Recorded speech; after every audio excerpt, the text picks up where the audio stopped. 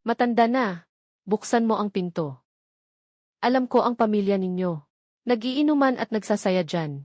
Kung hindi pa kayo magbubukas, hintayin ko na lang na sirain ko ito. Babaliin ko kayong lahat. Umuwi na kayo.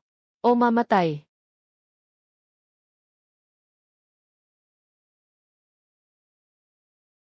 Dumating ang matinding malamig na katapusan ng mundo. Habang ang buong lungsod ay umaatungal sa pag-asa sa yelo. Pati na rin ang pag-aagawan sa mga buto para sa kalahating biskwit. Kami na 4 na magkakapamilya ay nagtatago sa bakal na kuta na ginastos ng milyon. Habang nagluluto ng beef hotpot, akala namin ay makakapanalo kami sa ganitong paraan hanggang sa huli. Hanggang sa tunay na super bagyong sumira sa lahat, na walang awa na dumadampi sa aming ligtas na tahanan. Oktubre sa lungsod G. Dapat sana'y puno ng mga dahon na nahuhulog at gininto ang taglagas. Ngunit ngayon ay may kakaibang katahimikan. Ang temperatura ay misteryosong bumagsak sa ilalim ng 0 sa loob ng 1 linggo. Nakatayo ako sa harap ng bintana ng opisina. Tumingin sa labas sa madilim na kalangitan. May kakaibang takot sa puso. Sa telebisyon sa lobby, ang tagapagbalita ay nag-ulat ng mabilis tungkol sa hindi pangkaraniwang mga kondisyon ng panahon. Dahil dito, may emergency na ulat. Biglang bumuhos ang malakas na snow sa maraming lugar sa timog. Ang lahat ng transportasyon ay huminto. Bilang karagdagan dahil sa matinding hangin. 10,000 mga migratory birds ang namatay sa kanilang ruta ng migrasyon. Sa oras na ito, biglang nag-vibrate ang cellphone ko. Naka-flash ang salitang tatay sa screen. Pagka-connect ng tawag, narinig ko ang tinig ng aking ama na puno ng panghihina. Xiao Yu. Makinig ka ng mabuti. Huwag kang magpabaya kahit isang salita. Umalis ka agad sa kumpanya. Puntahan mo na ang kapatid mo. Bumalik agad sa bahay sa labas. Tatay, anong nangyari? May mahalagang meeting pa ako mamaya hapon. Huwag nang pakialam sa kung anong kalokohan na meeting. Yung mga ahas, insekto, daga sa likod bundok natin, kahit hibernasyon ay hindi na nila magawa. Lahat ay parang nababaliw na sumusugod sa pinakamalalim na bahagi ng lupa para mamatay. Ang timba ng tubig sa bakuran ay naputok sa loob ng kalahating oras. Ito ay tiyak na hindi isang karaniwang malamig na alon. Kung hindi kayo babalik, kayo ng kapatid mo, ay tiyak na mamamatay sa lamig dito sa lungsod. Ay tiyak na mamamatay sa lamig dito sa lungsod. Ang mga salita ng ama ay parang isang mabigat na martilyo na bumagsak sa aking puso. Nakaon na ang kalan sa basement. Naghahanda ang nanay ng makakapal na kumot para sa inyo. Tandaan mo, anuman ang mangyari sa daan. Huwag kayong huminto. Diretso lang sa bahay. Kahit bumagsak ang langit. Tayong 4. Kailangan din tayong mamatay ng magkasama. Babalik ako agad. Pinutol ang tawag. Kinuha ko ang susi ng sasakyan at ang aking jacket at tumakbo palabas ng opisina. Agad akong tumawag sa kapatid kong si Chenji na nasa 2 taon sa sports school. 3:00 ng hapon. Kami ng kapatid ko ay nagmaneho gamit ang aking sasakyan. Pumunta kami sa aming 3 palapag na bahay sa malalayong suburb ng lungsod ng mabilis. Ang daan palabas ng lungsod ay labis na congested. Hawak ko ang manibela. Mabilis kong napansin ang isang kakaibang bagay. Kasama ng daloy ng sasakyan, may mga nagmamadaling lumalabas ng probinsya at nagpapabilis. Marami sa mga ito ay mga mamahaling sasakyan na bihirang makita sa araw-araw. May ilan pang hindi pa nailalagay ang plaka. Habang pinapanood ko ang mga mabilis na lumilipad na may batch at Rolls-Royce, bigla akong nakaramdam ng bigat sa aking puso. Mukhang ang mga tunay na may kapangyarihan ay matagal nang nakakuha ng ilang mga internal na balita at nagsimula ng tumakas. Sa trahedyang ito, mas nakakatakot ito kaysa sa banayad na paglalahad sa balita. Sa kabila ng lahat, walang naging masyadong delikado. Sa wakas, narating namin ang destinasyon. Itong bahay na ito ay pinunduhan ni tatay ilang taon na ang nakalipas, isang bakanting lupa na kanyang pinagawa. Napakalaki ng bakuran. Ang panlabas na pader ay gawa sa makapal na pulang ladrilyo. Mayroon ding napakalaking underground na garahe na may constant na temperatura. Binuksan ang pintuan ng bakuran. Isang matinding amoy ng langis ng makina at sunog na metal ang sumalubong sa akin. May nakaparadang napakalaking kulay militar na dhi sa bakuran. Iyon ay isang second-hand na unimog na na-modify na binili ng tatay sa mataas na presyo. Naka-uniforme si tatay na puno ng langis. May hawak na anggulo ng gilingan habang nagwi-welding ng ilang bakal na piraso. Naka-apron ang nanay. May dalang tray ng bagong lutong puting bao na may karne. Kainin habang mainit. Nagtatabas ng bakal ang tatay buong umaga. Hindi mo siya mapigilan. Ibinaba ni Chenje ang mabigat na backpack. Pinagpag ang mga kamay na nanlalamig at lumapit. Kumuha ng isang bao at napakainit nito. Bakit ka nag-aabalang ganyan sa malamig na panahon? Bakit ka nag-aabalang ganyan sa malamig na panahon? Tatay, patayin mo ang anggulo ng gilingan. Tanggalin mo ang salamin na puno ng alikabok. Itinuro ang sulok ng bakuran. Doon nakatumpok ang 15 matigas na maya. May malamig na yelo sa kanilang mga balahibo. Nilinis ko kanina sa bakuran. Lahat ay nagyeyelong parang bato. Ang mga internal organs ay tumama sa lupa, malakas ang tunog. Huminga siya ng malalim. Kinuha niya mula sa loob ng kanyang damit ang isang sirang bank card. Maingat na inilagay sa ibabaw ng batong mesa. Xiao Yu. Magkano pa ang pwedeng gamitin sa card mo? Kasama ang pamumuhunan. Mga 300,000. Chenji. Ano ang nangyari sa mga ipon mo mula sa mga regalo at scholarship noong bata ka? Mahigit 5,000 siguro. Kasama ang pera para sa pagreretiro namin ni iyong ina. At pati na rin kahapon. Ang cash mula sa pag-aayos ng auto shop. Ngayon sa bahay, mayroong 120,000. Sobrang masama ang buhos ng nyebe. Mukhang hindi natin ito kayang lampasan na sakuna. Gusto kong palitan ang 120,000. Sa mga materyales sa loob ng 3 araw. Walang natira kahit 1 sentimo. Mahalaga ang buhay. Ang pera ay tinatawag na pera.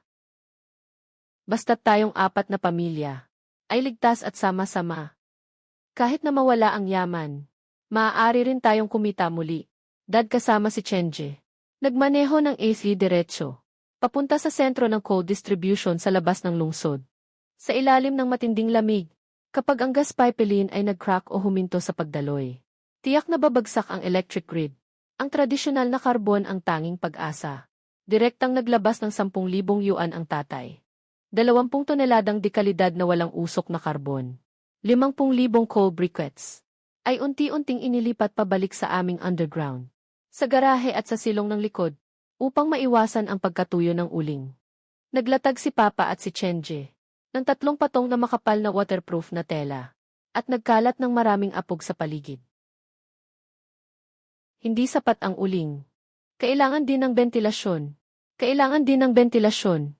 Bumili si Papa ng 4 na pangmilitar na cast iron na pampainit. Ang mga ganitong kalan ay hindi lamang pwedeng mag-burn ng uling para sa init. Maaari rin itong gamitin para magpakulo ng tubig at magluto. Nag-install kami ng isa sa sala sa unang palapag ng villa at isa sa pasilyo sa ikalawang palapag.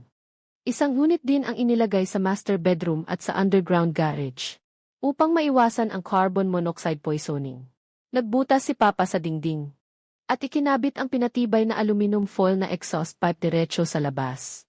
Pinipinturahan ng mataas na temperatura na fireproof na puti ang lahat ng mga butas. May nakahiwalay na si alarm ang bawat kwarto na may sariling supply ng kuryente. Binili ko lahat ng polyurethane foam sa 3 palengke sa paligid. Heat insulation film at soundproof cotton. Ako at si Chenje ay nagsasampa sa hagdang. Pinuno namin ng foam ang lahat ng mga butas sa bintana ng villa. May 3 layer ng heat insulation film sa salamin, sinusuportahan ko lang ito. At sa huli, gagamit kami ng makapal na soundproof cotton. Ganap na tinakpan ang mga bintanang hindi madalas gamitin. Naiwan na lamang ang 2 maliit na bintana sa sala at pangunahing silid. Para sa liwanag at pagmamasid sa labas, hindi rin nagpapabaya ang nanay. Inilabas niya ang lahat ng lumang kumot at mga lumang uniforme ng sundalo. Nagsama-sama ang buong pamilya. Sa paligid ng lahat ng mga frame ng pinto at bintana, naglagay ng makapal na kortina sa pintuan. Habang nag-injection ang nanay at nagkakabit ng sinulid. Habang nagtuturo kay Chenje, punta na. Huwag nang gamitin ang mga lumang kahon. Ilagay sa ibabaw ng mga tile sa sahig. Maglagay pa ng lumang karpet sa ibabaw. Ang pangunahing bahagi ng pag-imbak. Ito ang pangunahing pagkain. Chenji, pumunta ka at umupa ng 2 pinakamalaking van. Ngayon pupunta tayo sa pamilihan ng mga butil at langis sa labas ng bayan. Nakipag-ugnayan ang tatay sa isang kilalang supplier ng mga produktong pang-agrikultura. Hawak niya ang isang listahan. Nagniningning ang kanyang mga mata. Bigas, harina, mga langis. Bumili ka ng kahit gaano karami. Noong hapon na iyon, dalawang malaking truck ang direktang bumagsak sa aming bakuran. 2,000 libra ng bigas mula sa Hilagang Silangan ay inakyat namin ni Chenji nang sabay-sabay sa ikalawang palapag. Sa tuyong silid, nakaimbak ito na parang puting pader ng ladrilyo. 1,000 libra ng mataas na gluten na harina. 500 libra ng toyo. 200 kilo ng munggo. Nakatabi sa tambak ng bigas hanggang sa kisam. Kung puro carbohydrates ang kakainin, mamamaga ang katawan. Kailangan ng taba at protina. Nangangasiwa ang tatay sa mga manggagawa sa pag-unload, na nagdadala ng 50 bariles na tig 20 litro ng langis. Papasok sa imbakan sa unang palapag. Sa mga susunod na araw, direktang nagdala ang tatay ng 3 malaking baboy na may timbang na higit sa 200 kilo. Ipinakita ng nanay ang kakayahan ng mga nakatatandang henerasyon na mag-imbak ng pagkain ng maayos. Ang malalaking piraso ng liempo ay pinutol sa mga piraso at inasnan gamit ang magaspang na asin, paminta, at anise sa loob ng 3 araw. Pagkatapos ay isinampay sa maaliwalas na bahagi ng likod bahay upang matuyo. Nagtayo sa bakuran ng isang malaking kawali na bakal. Ang apoy ng panggatong ay nag-aalab ng matindi. Nakatayo si mama sa tabi ng kawali. Hawak ang malaking spatula, patuloy na hinahalo. Ang puting taba ay sumisitsit sa mataas na temperatura. Unti-unting nagiging gininto ang mantika. Ang masarap na amoy ng mantika ng baboy ay pumuno sa buong bakuran. 6 Dalhin mo ang mga ceramic na garapon. Punasan. Walang dapat matirang patak ng tubig. Ang nilutong mantika ay inilagay sa higit sa 10 malalaking sisidlan na gawa sa porselana. Pagkatapos lumamig, naging puti at matigas na solidong anyo. Ang mga mataas na kalori na taba ng hayop na ito. Sa napakalamig na panahon ay parang elixir ng buhay. Ang mga piniritong mantika na malutong. Nilagyan ng kaunting asin ang nanay. Ilalagay sa plastic bag. Pagod na si Chengje sa trabaho. Kukunin ang isang piraso at ilalagay sa bibig. Mumuya ng malakas. Mga buto ng baboy at karne. Bahagi nito ay pinaputol ng tatay gamit ang gilingan. At ginawang 100 kilo ng tuyo na longganisa. Ang ibang bahagi ay direktang itinapon sa malaking kawali. Idinagdag ang maraming asin at toyo. Nagawa itong mataas ang asin na karne. Nakasil sa mga garapon ng salamin. Bilang karagdagan sa baboy, nagsagawa rin kami ng pagsalakay sa pamilihan ng mga lata. Lata ng mantika, 500 lata ng lunch meat, karne ng baka, nilagang karne ng baka. 500 lata ng lunch meat, 200 lata ng nilagang baka, 100 lata ng dilatang mangga. Bumili rin ako ng 200 bote ng pinakamurang bitamina C na ilang piso bawat bote. Samantalang bumili ang nanay ng 500 kilo ng repolyo, 300 kilo ng labanos at 200 kilo ng patatas. Sa sulok ng underground parking, ang nanay ko ay nag-aayos ng pansamantalang bodega kasama ako. Tanggalin ang mga sirang dahon ng malaking repolyo. Iayos ang ugat nito nang nakaturo sa ibaba at ilagay ng maayos sa lupa. Kasama ang mga karot at patatas, itinatabon ng mahigpit isa-isa. Sa tabi, nakatayo ang mga garapon na may atsara na nilalagay niya buong magdamag. Yung 10 malaking garapon ng maasim na repolyo at maanghang na kimchi. Habang kami ni nanay ay nililinis ang putik sa kamay namin. Biglang naririnig namin ang sigaw ni tatay mula sa kabilang dulo ng garahe. Itulak mo papasok. Dikit-dikit sa pader na may bigat. Hindi madaling magyelo.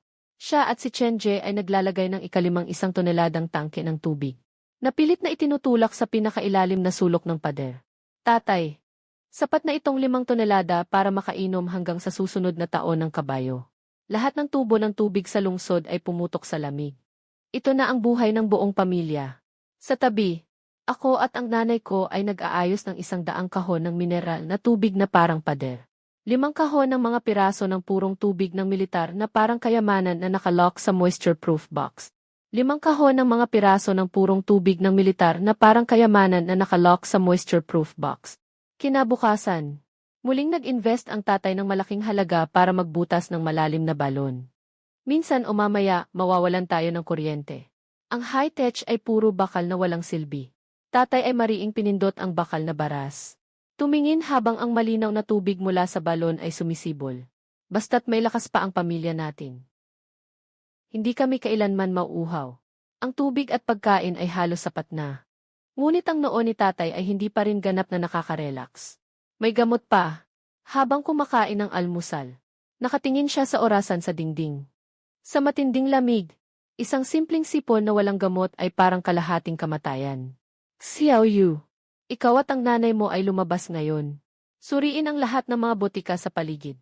Noong hapon na iyon, may limitasyon sa pagbili ang mga tao. Pasensya na, kaibigan. May 3 matatandang nakaluhod sa bahay. Hindi makalabas si Snow. Dahil sa galing nitong umarte. Para kaming mga magnanakaw na naglakad-lakad sa 8 botika. Pinuno namin ang trunk ng gamot na pampababa ng lagnat, pampag-inflam at pang-emergency. Pinuno namin ang trunk ng gamot na pampababa ng lagnat, pampag-inflam at pang-emergency. Pinuno namin ang trunk ng gamot na pampababa ng lagnat, pampag-inflam at pang-emergency. Gabi. Dad ay nagdala ng 4 na malaking bag na hinabi. Polar research grade na damit panglamig. Kayang tiisin ang -60 grado. Hanggang sa ika-10 ng Nobyembre, ang 120,000 sa card ay natira na lang na ilang daang piso. Ang buong 3 palapag na villa. Mula sa basement hanggang sa ika-2 palapag. Puno ng mga supply. Tumingin sa buong silid na puno ng bigas, harina, langis, at mga kagamitan para sa kaligtasan. Huminga kami ni Chenje ng malalim. Akala namin ay makakapag-lock ng pinto at makakaligtas na kami. Ngunit nakatayo ang tatay ko sa harap ng bintana. Matinding nakatitig sa hawak niyang military pressure gauge. Nakatiklop ang kanyang noo na parang isang buhol. Bigla na kinuha ng tatay ko ang susi ng sasakyan. Bumagsak ang presyon ng hangin. Pabilis ng pabilis ang malamig na hangin. Hindi kayang pigilan ng mga bintana ng gusali ang mga taong nagugutom. Yung mga pinalakas kong bakal na panel. May natitirang 500 litro ng 35 na diesel. Iniwan ng driver ng logistics sa cargo station sa timog ng lungsod. Sabi ng driver, nagyelo ang kalsada. Kahit gaano karaming pera, hindi ako pupunta. Huwag nang pumunta. Naging sobrang dilim na sa labas. Walang bakal na nakatakip sa bintana. Ang mga gamit dito ay para sa iba. Walang diesel. Pagkatapos ng blackout, hindi na natin kayang magpainit. Isiniksik ng tatay ko ang baril na iyon sa loob ng coat niya. At pinasok ang heavy-duty nail gun. Patawag mo ang nanay mo. I lock ang lahat ng pinto at bintana sa unang palapag. Hindi ako babalik. Walang papayagang buksan ang pinto kahit sino paman. Pagkatapos niyang sabihin iyon, binuksan niya ang pinto. Sumabog sa labas, nagsimula ng bumagsak. Ang masinsinang yelo sa malakas na hangin. 2:00 ng hapon. Direktang bumagsak ang temperatura sa -15 grado. Ang ulan na may halong nyebe sa labas ay agad naging matigas na yelo. Na bumagsak sa salamin na may malalakas na tunog. Ang boses ng tagapagbalita sa balita ay nanginginig habang nag-ulat. Na maraming tulay sa lungsod ang nagkaroon ng sunod-sunod na banggaan dahil sa itim na yelo. Huwag lumabas ang mga mamamayan. Hindi makontak ang telepono ng tatay mo. Nasa isip namin na lumabas para maghanap. Nang biglang bumangga ang malaking bakal na gate, pumasok ang nirerentahang van. Nabasag ang harapang bahagi nito. Ang salamin sa harap ay naging parang sapot ng gagamba. May mga nakakasilaw na madilim na pulang mansa sa bumper. Sabay kaming tumakbo ni Chenje at binuksan ang pinto ng sasakyan. Bumaba ang tatay ko mula sa kabuuan ng niebe mula sa kabina. Humihingal ng malakas. May mahabang hiwa sa kanyang jacket. Ang bulak na nasa loob ay lumilipad. Tatay, nasaktan ka. Hindi ito dugo ko. Tinulak kami ng tatay ko. Naging gulo ang cargo station. Daan-daang stranded na driver at mga kargador. Dahil sa pagkawala ng tubig at kuryente, nagsimula silang mag-raid sa supermarket para sa pagkain. May ilang mga inggitero na tumutok sa sasakyan ko. Gustong nakawin ang diesel ko. Nilunok ko ang laway ko. Paano ka nakabalik? Kinuha ng tatay ko yung baril na pang-screw. Mainit pa yung baril. Sabi ko, kayang tumagos nito sa ulo. 35 na diesel. Unload na. Bilisan mo ang pag-unload. Ang mundo sa labas ay talagang nababaliw na. Sa sandaling iyon, tumingin ako sa mga makakapal na piraso ng langis. Nabakal na pangprotekta at ilang malaking tangke ng diesel na nakakapagligtas. Sa wakas ay tunay kong naisip. Ang matinding lamig ay ganap ng dumating. Tayo ay nakaharap sa yelo, na parang mga baliw na nagdadala ng mga steel plate at diesel, na mahigpit na hinahatak papasok sa sala. Si Chenje ay humaharang. Si Xiaoyu ay humihila ng kurtina. Bago mawalan ng kuryente, kailangan nating takpan ng steel plate ang lahat ng bintana sa unang palapag. Ang hangin ay malupit. Ako at ang nanay ko ay mahigpit na nakaharang sa mabigat na steel plate. Ang tatay ko at si Chenje ay may pulang mata habang masigasig na nag-i-install ng mga pinalaking tornilyo.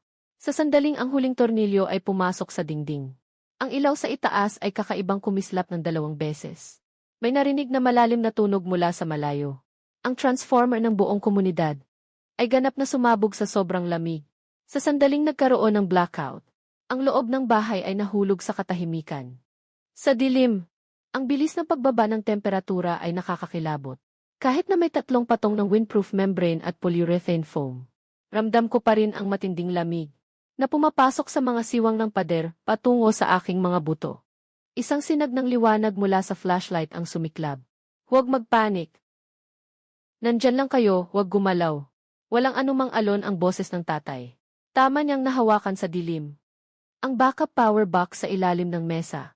Ilang segundo pagkatapos, ang 4 na malalaking kapasidad na outdoor power bank sa sulok ng sala ay naon. Ang ilang warm-colored na heat camping light ay lumiwanag. Ang madilim na liwanag ay muling pumuno sa sala na nakasara ng makakapal na kortina na nag-aalis na nakakabahalang pakiramdam. Chenji, pumunta ka at tingnan ang 4 na cast iron na kalan sa unang palapag at sa basement. Isara ang bentilasyon ng kalahati. Panatilihing mababa ang apoy. Huwag na huwag hayaang mamatay ang apoy. Mayumi, tingnan ang thermometer. Maayos na nagbigay ng utos si tatay. Kinuha ko ang flashlight. Lumakad papunta sa thermometer na nakasabit sa dingding. Matagal nang nasira ang karaniwang electronic thermometer dahil sa mababang temperatura. Naging garbled na ang screen. Nakahang na ang isa ni tatay sa tabi. Industrial na termometro para sa alkohol. Ang pulang likido ay mabilis na. Umaabot pababa sa mata. Tatay, 70 grado sa ibaba ng 0. Bumababa rin ang temperatura sa loob ng bahay. Kahit na ang 4 na kalan ay nag-aapoy. Ngunit ang temperatura sa silid ay bumagsak mula 20 grado patungong 10 grado. Nagsuot ng isang military coat ang tatay. Lumapit siya sa bintana. Hinila ang makapal na soundproofing at wine curtain. Tumingin sa labas sa pamamagitan ng natitirang 10 sentimetro na puwang. Pumutok ang tubo. Lumapit ako at sumilip. Sa liwanag ng flashlight, nakita ko ang panlabas na pader ng Marangyang Villa sa kabila. May nakasabit na malaking yelo. Ibinaba ng tatay ang kortina. Lumiko siya at nagsabi, kunin mo ang polar na damit panglamig. Agad na kinuha ng nanay ang 4 na set ng makakapal na damit panglamig. Mabilis na nagbihis. Ihigpit ang velcro sa binti at pulso. Hindi dapat mawala ang init. Inilagay ng nanay ang damit sa amin. Tumalikod siya para magdagdag ng ilang piraso ng mataas na densidad na uling sakalan. Matapos magsuot ng panglamig. Sa wakas, nalock ng mahigpit ang init ng katawan. Sa tanghali ng ika-4 na araw. Sa cast iron na kalan sa sala, yung malaking kawali ay nagsusumamo ng makapal na puting usok. Pinutol ni nanay ang buong 2 kilo noon. Ang pinatuyong baboy na maihalong taba at karne. Kasama ang kalahating set ng mabigat na panlabas na suot na panglamig mula sa cellar. Kasama ang malaking repolyo at ilang patatas. At isang bungkos ng bihon. Niluto sa isang malaking kaldero. Inilagay ng nanay ang 4 na malaking mangkok sa coffee table. Bawat mangkok ay puno na puno. Kumain kayo ng marami. Kailangan kumain ng mabuti para mailakas na magtrabaho. Mamaya, sasama si Chenje sa akin sa underground parking. Susuriin ang lahat ng balde ng tubig. Titingnan kung may mga senyales ng yelo. Nakatagpo ang pamilya sa paligid ng apoy. Sinasaluhan ang mainit na sinigang na baboy at pansit. Sumasabog ang taba ng longganisa sa bibig. Nilulunok ito pababa sa esophagus. Lumuha ng maluwag ang lahat ng mga balahibo ko. Ika-5 araw ng matinding lamig. Umabot na sa kalahating metro ang nyebe sa labas. Kapag humampas ang hangin. Sa windproof film sa ika-2 palapag ng villa. Nagsasalaing sashash ang tunog. Halos natabunan na ng husto ang bintana sa unang palapag ng nyebe. 7:00 ng umaga. Si Papa at si Chenje ay nakasuot ng kumpletong kagamitan. Nakapular na damit panglamig. May dalang panggugupit sa baywang. Itinulak ang makapal na bakal na pinto patungo sa likuran. Ang sobrang lamig na hangin ay pumasok na parang kutsilyo. At agad na nagpatong ng puting hamog sa balangkas ng pinto. Hindi sila lumalabas para maglakad-lakad, kundi para linisin ang tubo ng usok. Habang si Papa ay masigasig na nagbubunot ng yebe gamit ang pala. Sumisigaw siya kay Chenje. Tandaan mo, kahit gaano kalamig, Kailangan itong linisin 2 beses araw-araw. Hindi nagsalita si Chenji. Tanging nagbubunot siya ng pala ng tahimik. Sa ilalim ng malamig na temperatura na 7 degree below zero. Kahit na nakasuot ng mga damit panglamig, ang matinding ehersisyo ay nananatiling nagpapahirap sa baga, na parang humihinga ng basag na salamin. 5 minutong paglilinis. Nang bumalik ang mag-ama sa loob ng bahay, puno ng puting yelo ang kanilang mga kilay at pilikmata. Agad na nagbigay ang ina ng 2 mainit na tuwalya, at nagdala ng 2 mangkok ng mainit na masarap na soya. Bilisan mo! Uminom ka ng mainit para mawala ang lamig. Ito ay galing sa blender na ginamit ng mama kaninang umaga, na pinagana ng generator. Mayroon tayong 500 kilo ng toyo sa bahay. Ngayon, ito ay naging napakagandang pinagkukunan ng protina. Salamat sa mga cast iron stove na binili ng tatay mo. Masigla ang apoy. Pwede nang magprito sa kawali sa itaas. Kumain ka ng marami.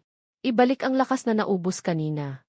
Sa ganitong labis na kaibahan ng init, ako na nakatalaga sa pagbabantay. Biglang nakakita ng kakaiba. Tatay, may tao na dumating. Agad na ibinaba ng tatay ang mangkok. Kumuha ng malaking Damascus na kutsilyo na nakalagay sa sopa. 3 hakbang na parang 2 ang ginawa niya papuntang 2 palapag. Lumapit siya sa butas ng pagmamasid. Pumikit siya. Nakita ko sa malayo sa niebe na may 5 o 6 na tao na naglalakad. Bawat isa ay may dalang golf club at baseball bat. May isang nagniningning na kutsilyo. Bakit siya nandito? Ano pa bang dahilan? Ang exhaust pipe ng bahay namin ay araw-araw na naglalabas ng init. Alam ng kahit sinong tanga na may uling at bigas kami sa bahay. Kayo 3 manatili sa itaas. Chenji, buksan mo ang safety ng nail gun. Tinitignan mula sa bintana sa 2 palapag. Walang utos mula sa akin. Huwag magpaputok. Naglakad mag-isa si Papa papunta sa pintuan ng anti-theft sa unang palapag. Hindi niya binuksan ang pinto. Inilok lang niya ang maliit na bintana para sa pagmamasid. Pagkaraan ng ilang minuto, may narinig na malakas na tunog ng pagbukas ng pinto sa labas. Lao Chen. Nandito ba si Lao Chen sa bahay? Ako si Lao Wang. Si Wang Haibo mula sa Block 6 sa unahan. Anong problema? Ay naku, Lao Chen. Sa wakas narinig ko ang ingay mo. Si Lao Chen. Ganito kasi. Yung sistema ng underfloor heating na imported mula Germany sa bahay namin ay tuluyang pumutok dahil sa lamig. Nawala rin ang kuryente. Hindi na makatiis ang mga matatanda at mga bata sa lamig sa bahay. Napansin ko na yung usok mula sa exhaust pipe nyo ay araw-araw na umaabot. Siguradong may uling dyan. Mayroon. Napakabuti. Lao Chen. Lahat tayo ay magkapitbahay. Mas mabuti ang malapit na kapitbahay kaysa sa malalayong kamag-anak. Buksan mo ang pinto ngayon. Pahiram ka sa akin ng ilang 100 kilo ng uling. At pahiram din ng kaunting bigas at harina. Huwag kang mag-alala. Hindi ako kukuha ng walang kapalit. Hintayin mong huminto ang niebe. Darating ang rescue team. 10 beses. Maglilipat ako sa'yo ng 1 milyon. Para na ring nagkaibigan tayo. Hindi ako manghihiram. Ang karbon at pagkain ay sapat lamang para sa aming pamilya. Tahimik sa labas ng 2 segundo. Maliwanag na hindi inasahan ni Wang Haibo na tatanggihan siya ng kanyang ama ng ganito kabilis. 4 lang kayo sa pamilya. Kaya mo bang ubusin ang ganong karaming supply? May 7 o 8 tao sa amin na naghihintay ng tulong. Hindi mo ba kayang makita na nagielo ang mga matatanda at bata? Hindi naman dapat ganito ka makasarili. Tama si Lao Wang. Kailangan mong magbigay ng kaunti ngayon. Alam namin na may pagkain kayo sa bahay. Huwag kang maging bastos. Nakatayo ako sa hagdang buhat ng 2 palapag. Nakikinig sa mga salitang ito. Galit na galit ako. Wang Haibo, tigil na ang mga pilosopiya mo. Ang mga gamit ko. Yung buong ipon ng pamilya ang ginamit ko. Para mapanatili ang buhay ng asawa at anak ko. Kung mamatay sa lamig ang mga nakatatanda at bata sa inyo, iyan ay kakulangan mo bilang magulang. May kaugnayan ba ako dyan? Ikaw, Chen Weidong. Huwag kang mag-inom ng alak na hindi mo kayang tanggapin. Gaano katagal kaya nitong sirang pintuan na ito? Kung may isip ka, buksan mo na ang pintuan. Kalahati tayo. Kung hindi, hintayin mong basagin namin ang pintuan. Lahat kayo ay mapapahamak. Basagin ang pintuan. Umatras si Papa ng 1 hakbang. Yung malaking Damascus na kutsilyo sa kamay niya ay Malakas na tumama sa bakal na pinto. Naglabas ito ng matinis na ingay na parang metal na sumabog. Subukan mo. Yung bakal na pinto ko ay 8 mm ang kapal. May nakalagay na cross reinforcement sa loob. May nakalagay ding 1,000 character reinforcement sa loob. Ang mga baseball bat at kutsilyo na hawak ninyo, hindi kayang tanggalin kahit isang patong ng pintura. At saka, tumingin kayo sa ikalawang palapag. Si Wang Haibo sa labas ng pinto ay instinctively na tumingin pataas. Sa siwang ng bintana ng gusali, si Chen Ji ay may hawak na na-modify na heavy-duty na nail gun. Iyon ay isang na-modify na nail gun. 5 metro ang layo. Kaya kong butasin ang iyong bungo. Bibilang ako ng 3. Kung hindi ka gumalaw, mamamatay ka. 3. Kaya mo yan. Maghintay ka sa akin. Tingnan natin kung ano ang mangyayari. Kasabay ng ilang malakas na salita na puno ng pananakot, ngunit walang tunay na lakas. Yung mga tao ay naglakad ng paurong-urong. At dahan-dahang bumaba sa mga bakas na kanilang iniwan. Nakatayo si tatay sa likod ng pinto. Nakikinig sa mga hakbang na papalayo. Hindi pa rin nag-relax ang kanyang pagiging alerto. Pumunta siya sa ikalawang palapag. Hinawakan niya ang balikat ni Chenje. Mas maging matatag ka. Huwag kang manginig. Ibinalik ni Chenje ang baril. Huminga siya ng malalim. Umalis sila. Lumapit ang tatay sa harap ng bintana. Pansamantala lamang. Kapag ang tao ay malapit ng mamatay sa gutom o lamig, wala nang katinuan. Hindi nakakuha si Wang Haibo ng anumang bagay ngayon. Ngunit nakumpirma niya na hindi lamang may mga supply sa bahay namin, kundi sapat pa ito. Siguradong darating siya ngayong gabi. At, hindi lang basta-basta ang pagkatok sa pintuan. Lumapit si nanay. Hawak niya ang 4 na composite crossbow. Ito ang pinakamalakas na pang-competition na crossbow na binili namin online. Malakas ang tama. Ano ang gagawin natin? Depensa at atake. Kinuha ni tatay ang isang crossbow. Mabilis na naglagay ng pang-igting. Hindi nila mabasag ang mga pinto at bintana ng gusali. Ang tanging butas na makakapasukan ay ang salamin na sliding door sa likod bahay. Kahit na natakpan ito ng kahoy sa labas, hindi ito makakapigil sa hampas ng pangpukpok. Pumunta kang magpakulo ng tubig. Magpakulo ng 2 malaking kaldero ng tubig. Bakit kailangan magpakulo ng tubig? Gumagawa ng yelo. 3:00 ng hapon. Ganap ng madilim ang paligid. Nakasuot kami ni Chenje ng mga damit panglamig. May dalang 2 malaking stainless steel na timba. Puno ng kumukulong tubig. Bumukas ang bakal na gate ng likod bahay. Ang malamig na hangin sa labas ay parang talim na humahampas sa mukha. Sumunod sa butas ng pader at sa daan patungo sa likurang pintuan. Buhos. Agad kaming nagbuhos ni Chenje ng mainit na tubig. Saan yung fan sa ibabaw ng nyebe? Ang mainit na tubig ay natunaw sa nyebe sa ilalim. At mabilis na naging makinis at matigas. Na may madilim na itim na yelo sa ibabaw. Ang antas ng refleksyon ng itim na yelo ay napakababa. Sa gabi, hindi ito makikita. At ang friction coefficient nito ay halos 0. Basta't may lakas ng loob silang umakyat sa pader o lumapit sa likod na pinto. Ang yelo dito ay ang kanilang gilotina. Nasa dulo ng yelo sa likod bahay. Na madaling madulas. Sadyang naglagay ng ilang mga panghuli ng hayop. Matapos gawin ang lahat ng ito, bumalik kami sa loob ng bahay. At muling isinara ang bakal na pinto. 8:00 ng gabi. Ang 4 na cast iron na pugon ay itinakda sa pinakamababang buksan. Nawala ang lahat ng ilaw sa loob ng bahay. Ang buong villa ay nahulog sa isang tahimik na dilim. Kaming pamilya ay 4. Nasuot ng pangproteksyon sa lamig. Hawak ang composite bow, panghampas, at spray laban sa mga lobo. Tahimik na nakabantay sa bintana sa ikalawang palapag at sa paanan ng hagdang sa ibaba. Walang sinuman ang nagsasalita. Tanging mabigat na paghinga ang maririnig sa dilim. Ang oras ay unti-unting lumilipas. 11:00 ng gabi. Sa oras na akala ko hindi na sila darating ngayon. Sa labas ng pader ng likod bahay, biglang narinig ang mahinang tunog ng metal na nag-uumog. Lahat, handa na sa laban. Tandaan, targetin ang mga binti at tiyan. Huwag magpakita ng awa. Isang tao ang umakyat sa pader. May 3 responsable sa labas para sa suporta. Hintayin nilang makababa. Sundin ang utos ko bago mag-ilaw. Pagkalipas ng 2 minuto, may isang matabang na anino ang lumitaw sa ibabaw ng pader. Humihingal ang taong iyon. May dala siyang isang pambomba ng sunog. At kasunod nito, Pangalawa at pangatlong anino ay umakyat din. Tumalon. Ang likod bahay nila ay may salamin na pinto. Binasag ito. Diretso siyang tumalon mula sa 3 metro. Pader papasok sa likod bahay namin. Sa sandaling bumagsak ang matipunong lalaki, ang kanyang mga binti ay agad na hindi nakontrol at humiwalay palabas. Sa ilalim ng epekto ng gravity, buong katawan niya ay bumaligtad ng madiin. Paatras ng malakas. Matibay na bumagsak ang likod ng kanyang ulo. Sa matigas na parang bakal na ibabaw ng yelo, hindi man lang siya nakapagsigaw ng isang malakas na sigaw. Diretsyong nadulas siya palabas.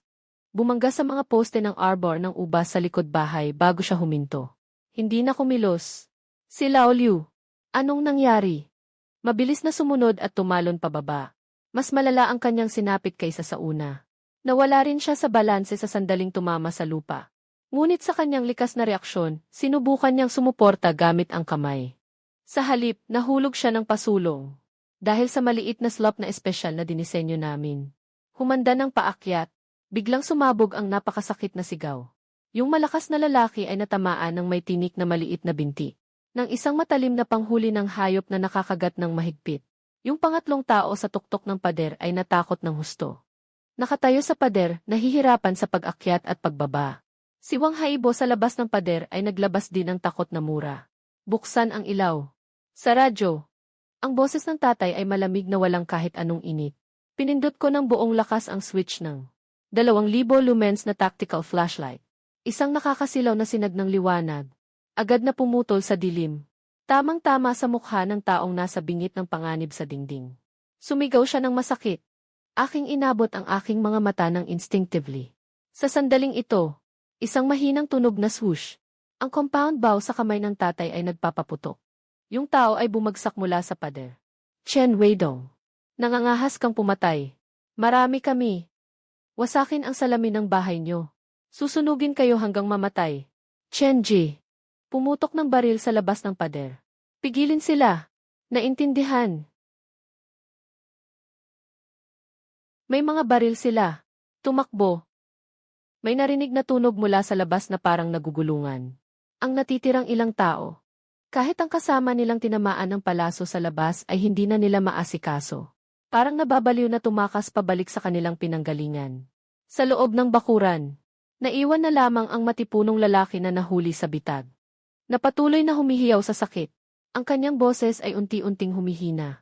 Sobrang pagdurugo at temperatura na mas mababa sa 7 degree. Ay mabilis na humihigop ng kanyang buhay. Hindi pa umabot ng 10 minuto. Ang mga daing ay tuluyan ng huminto. Pinatay ko ang tactical flashlight. Ang aking mga kamay ay mahigpit na hawak ang compound crossbow. Ang malamig na pawis sa aking palad ay bumasa na sa tactical gloves. Ang puso ay nagwawala sa aking dibdib. Ilagay ang mga armas sa ayos. Isara ang safety. Magaling. Tandaan ang pakiramdam na ito. Sa katapusan ng mundo, ang awa ay kalupitan sa sariling pamilya. Sa mga sandaling iyon, dumating ang nanay na may dalang tray. Halika. Magsimula kang punasan ang mga kamay mo. Uminom ng mainit. Nanay, kami, ay mga pating na. Mali, kayo ay nagproprotekta sa tahanan na ito. Kung kayo ang nahulog kanina sa labas, magbibigay ba sila sa atin ng isang mainit na tasa ng tsaa? Sila lang ang tutapak sa aming mga bangkay. Aagawin nila ang aming pagkain. Wala kayong nagawang mali. Ang mali ay ang mapang-aping panahon na ito. At ang mga cute na walang ginagawa. Sabi ng nanay na walang kasalanan. Ganap na winasak ang huling piraso ng konsensya namin ni Chenje. Sa huli, wala na akong natirang moral na pagkakasala. Uminom ako ng malaking tasa ng tsaan na luya. Ang maanghang at matamis na likido ay dumaloy sa aking lalamunan papuntang tiyan. Pinalayas ang lamig mula sa aking mga kamay at katawan. Tumingala ako sa bintana. Patuloy pa rin ang bagyo at niebe. Noong gabing iyon, nakabalot ako sa makapal na sleeping bag. Natutulog ng maayos. Sa susunod na kalahating buwan, ang aming pamilya ay nakaranas ng isang bihirang panahon ng kapayapaan sa gitna ng apokalipsis. Nabalitaan kong si Wang Haibo ay nagkaroon ng matinding takot at ginaw, na nagdulot ng acute pneumonia, at hindi nakaligtas ng 3 araw, namatay siya. At ang iba pang mga nakaligtas sa paligid. Ganap na pinaghihiwalay ang aming villa bilang isang ganap na zonang ipinagbabawal.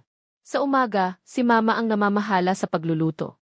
Ako at si Chenje ay nasa isang bakanting silid sa ikalawang palapag. Kasama si Papa sa pagsasanay ng pisikal na kakayahan. Sa katapusan ng mundo, ang pisikal na kakayahan ang puhunan para sa kaligtasan. Sa hapon, nag-tooth-gathered ang pamilya sa tabi ng kalan. Tinuruan ako ng nanay ko maghabi ng sweater. Samantala, si Papa ay nagkakabit-kabit ng mga baril na pang-ayos at ng composite crossbow. Si Chenje ay tumutulong sa tabi. Sapat ang mga suplay. Mananatiling sariwa ang repolyo at patatas sa cellar. Sapat ang tuyo at baboy na langis para sa amin noong nakaraang taon. Pagkatapos ng hapunan, hinahaplos ni Chenje ang busog na tiyan. Kung patuloy na ganito kalamig ang panahon, kaya nating mabuhay gamit ang mga suplay na ito. Sa loob ng 2 o 3 taon, walang problema. Hindi nagsalita ang tatay. Kundi bahagyang nakakunot ang noo. Habang nakatingin sa thermometer ng industrial alcohol sa dingding. Naglagay ng 1 piraso ng uling ang tatay sa kalan. Huwag masyadong magalak ng maaga. Intuwisyon ng tatay. Muli, napakatumpak nito. Noong araw na iyon, 3:00 ng umaga. Nasa ikalawang palapag ako, nagbabantay. Bigla, naramdaman ko ang isang banayad at patuloy na pagyanig sa sahig. Agad kong hinila ang isang sulok ng kurtina. Tumingin sa labas. Isang sulyap lang. Agad na nanigas ang dugo ko. Chenji, bumangon ka na. Sa langit sa labas, walang nyebe. Pinalitan ito ng isang napakataas na puting ulap ng hangin na umaabot ng daan-daang metro, sumasakop sa langit. Sa ilalim ng puwersa ng ulap na ito, isang layer na umaabot ng ilang dekada metro, parang isang dambuhalang glacier na parang tsunami. Papunta sa aming villa. Walang sawang nilulun ito. Lalong tumitibay ang pagyanig ng sahig sa ilalim ng paa namin. Tama na, wag nang tumingin. Umalis sa bintana. Lahat ay pumasok sa underground parking. Bigla akong nagising sa katotohanan. Hinila ko si Chenje na nakatulala pa. Lumiko at tumakbo pababa. Walang oras para mag-alala sa mga nasa ikalawang palapag. Dali, puno na ng bigas at karne ang mga ito. Dalhin ang E-level na battle pack. Matagal nang hawak ng nanay ang 4 na tactical backpack na puno ng pinakamataas na densidad ng init at mga pangunahing kagamitan para sa kaligtasan. Isang nakakatakot na malakas na tunog ang narinig mula sa sala sa unang palapag. Ang ikalawa at ikatlong palapag ng villa ay hindi nakatagal sa puwersang kayang magwasak ng mundo. Diretso itong nagdulot ng malubhang pag-aalangan at pagbagsak. Nagsimula nang mag-umbok ng malakas ang kisam ng garahe. Nahulog na alikabok at piraso ng semento. Sumakay na. Napakasanay ng tatay sa kanyang mga galaw. Isinubsob ang ulo sa loob ng sasakyan. Naglabas ng mahina at walang lakas na ungol ang makina. Agad na nagbago ang mukha ng tatay. Hindi siya naniniwala sa malas at muling pinaikot ang susi. Mabilis na pinindot ang accelerator. Sa pagkakataong ito, kahit ang tunog ng starter ay nawala na. Tanging mahina na lang na ingay ng kuryente ang naririnig. Papa, anong nangyari? Napatay sa lamig, kahit na may insulation ang garahe. Pero kanina, bumagsak ang villa. Lahat ng malamig na hangin sa labas ay pumasok na. Ngayon ang temperatura. Lubos na mas mababa sa -80 degree. Ang antifreeze diesel na may -35 ay matagal nang nagielo bilang wax. Sira na ang daloy ng langis. Sa sobrang lamig, nagkaroon din ng matinding pagbagsak ng boltahe ang baterya. Hindi na makakakilos kahit ang starter motor. Sinabi ng tatay na ito. Parang ipinataw na ang parusa sa sasakyang ito. Muli umingay ang kisam ng garahe sa itaas. Isang malaking bitak ang umabot mula sa kaliwang pader. Hanggang sa itaas ng aming ulo. Malalaking piraso ng semento ang bumagsak sa bubong ng sasakyan. Na nagbigay ng nakakabinging tunog. Ang katawan ng glacier. Nakapress na ito sa mga guho ng aming villa. May isa pang minuto. Ganap na babagsak ang buong underground parking lot. Mga matutulis na piraso ng reinforced concrete ang tumama. Sa harapang salamin ng driver's seat ng isi. Diretso itong pumasok. Aking instinct na tumalon patungo sa driver's seat. Upang itulak si Papa palayo. Hindi pa man nakakalaglag ng init na dugo. Sa sandaling dumampi ang aking dugo sa metal na logo ng sasakyan. Sa aking isipan. Biglang umalingaw-ngaw ang isang malamig. Walang emosyon na mekanikal na tunog. Natuklasan ang buhay ng host. Matagumpay na nabind ang EV. Sistema ng modifikasyon ng apokaliptik na sasakyan. Formal na pag-activate. Babala. Sobra ang bigat ng yelo. Masisira ng tuluyan sa loob ng 45 segundo. Paalala. Magbigay ng nalalapit na kamatayan na pakete. Isang beses na batayang karapatan sa pagsipsip. Agarang pagbabago ng kapangyarihan. Hindi pa ako nakaka-react.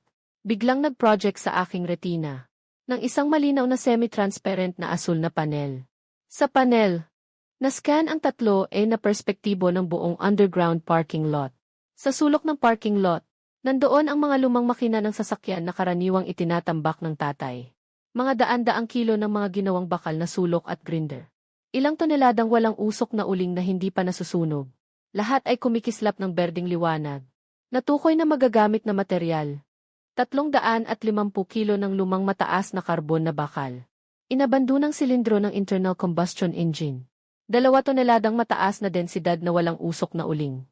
Gusto mo bang agad na lunukin ang materyal? Magpatupad ng agarang pagbabago sa ice breaking. Agad na modify. Kumpirmasyon ng utos.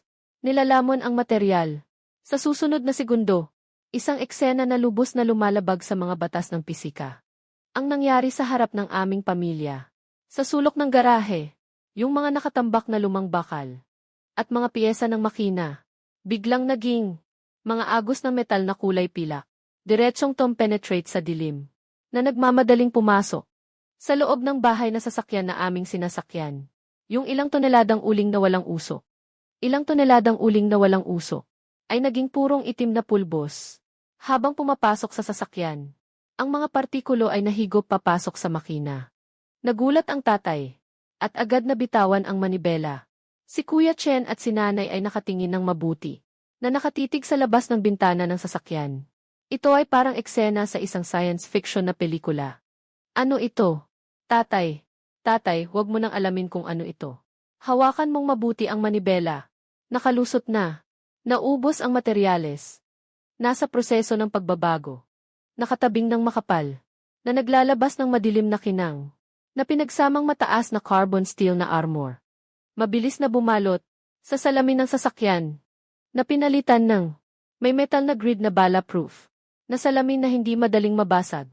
Ang orihinal na bumper ng sasakyan ay pinalawak at inayos muli, at sa loob ng makina ay naglabas ng matinding ingay na parang metal na nagkakabit. Tapos na ang pag-aayos. Bagong moduli 1. Engine na pinainit gamit ang geothermal energy. Bagong moduli 2. Mataas na carbon steel na pangyelo. Hindi na kailangan ng tatay na ikot ang susi. Ang bagong-bagong geothermal melting engine. Agad na nag-aapoy sa isang iglap. Malalakas na tunog ng pagsabog. Sa makitid na underground parking garage ay umuugong. Isang napakalaking alon ng init. Ang sumabog mula sa engine compartment. Yelo sa salamin ng sasakyan. Sa loob ng kalahating segundo ay natunaw at naging singaw. Tay, pindutin ang accelerator. Bumangga. Hindi siya nagpanik, kundi sa pamamagitan ng nakakatakot na muscle memory. Agad na pinindot ang clutch. Ilipat sa pinakamababang gear. At pagkatapos ay ipitin ng buong-buo ang gas. Ang mga gulong ay nasa lupa. Naglalabas ng nakasisilaw na sparks. Ang motorhome ay may walang katulad na lakas. Matinding bumangga sa garahe. Sa sandaling lumabas tayo sa garahe. Sa likod natin ang underground parking. Kasama ang nasa itaas. Yung matibay na 3-story na villa ay tuluyang napiga ng libu-libong toneladang super yelong. Naging pulbos, malaking alon ng hangin at mga piraso ng yelo. Sobrang lakas na tinamaan ang likod ng camper. Hinila kami sa makapal na yelo at snow. Nag-slide kami ng mahigit 10 metro. Tatay ay mahigpit na humawak sa manibela. Mabilis na hinahawakan ang manibela gamit ang 2 kamay. Ang issue ay nasa ibabaw ng yelo. Nag-ukit ng isang mabagsik na kurba. Sa wakas, sa isang madilim na niebe ang kapatagan. Matatag na huminto. Tahimik na parang kamatayan sa loob ng sasakyan. Tanging ang engine na nag-iinit mula sa ilalim ay naririnig. Patuloy na naglalabas ng matatag at mababang ugong. Nagbibigay ng init na makakapagligtas. Xiao Yu. Tumingin si Papa sa akin. At muling tumingin. Ganap nang nagbago ang anyo ng bakal na halimaw. Ano ba talaga ang nangyari kanina? Humigop ako ng malalim at tumingin. Sa retina, ng isang bagay na tanging ako lang ang makakakita. Naasul na sistema. Kasalukuyang armor ng sasakyan 100/100. Kasalukuyang imbaka ng gasolina 2 tonelada ng uling. Hindi makakagawa ng tubig at pagkain ang pangunahing mga alituntunin. Kailangan ng pagsipsip ng metal at enerhiya. A-unlock ang pagbabago ng tangke. Tumaas ang ulo ko. Tumingin sa mga magulang ko. At kay Chenji. Tatay. Nanay. Nawala na ang bahay namin.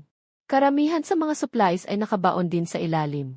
Ngunit, mayroon tayong bagong tahanan na kayang maglakbay sa matinding lamig. Basta't may mga bakal. Basta't may gasolina. Ang sasakyang ito ay makakapagpanatili sa atin na buhay. Ang hangin at nyebe sa labas ay patuloy na humuhuni ng mabangis. Ang super yelong na glacier ng absolute zero. Binubulabog ang lungsod na ito.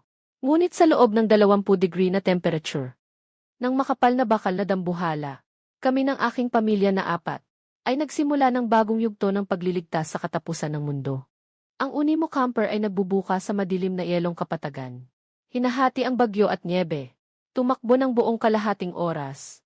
Sa labas ng bintana, ang temperatura ay absolute zero, impyerno. Ang malakas na hangin ay pumapaloob ng mga yelong piraso. Sumasabog sa salamin na balistiko. Nagpaputok ng mga pailan lang na tunog. Yung super glacier na sumakop sa aming bahay na mansyon. Sa wakas, naiiwan na namin ito sa malayo. Naging isang malabong puting bangin. Ang katahimikan sa loob ng sasakyan ay tila patay. Hanggang sa makumpirma na talagang ligtas na. Dahan-dahang pinakawalan ng tatay ang accelerator. Pinindot ang preno. Pinindot ang preno. Huminto sa isang abandonadong tulay. Ang bahagi ng tulay sa ibaba. Nakatakip ito sa karamihan ng hangin at nyebe. Isang napakagandang pansamantalang kanlungan. Nakakapit ng mahigpit si Papa sa manibela.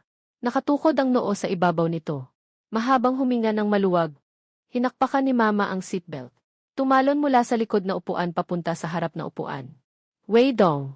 Wala na. Nandito pa tayong lahat. At pagkatapos ay lumingon siya. Agad na nakatutok ang kanyang tingin sa aking kanang kamay. Chenji, buksan mo ang ilaw.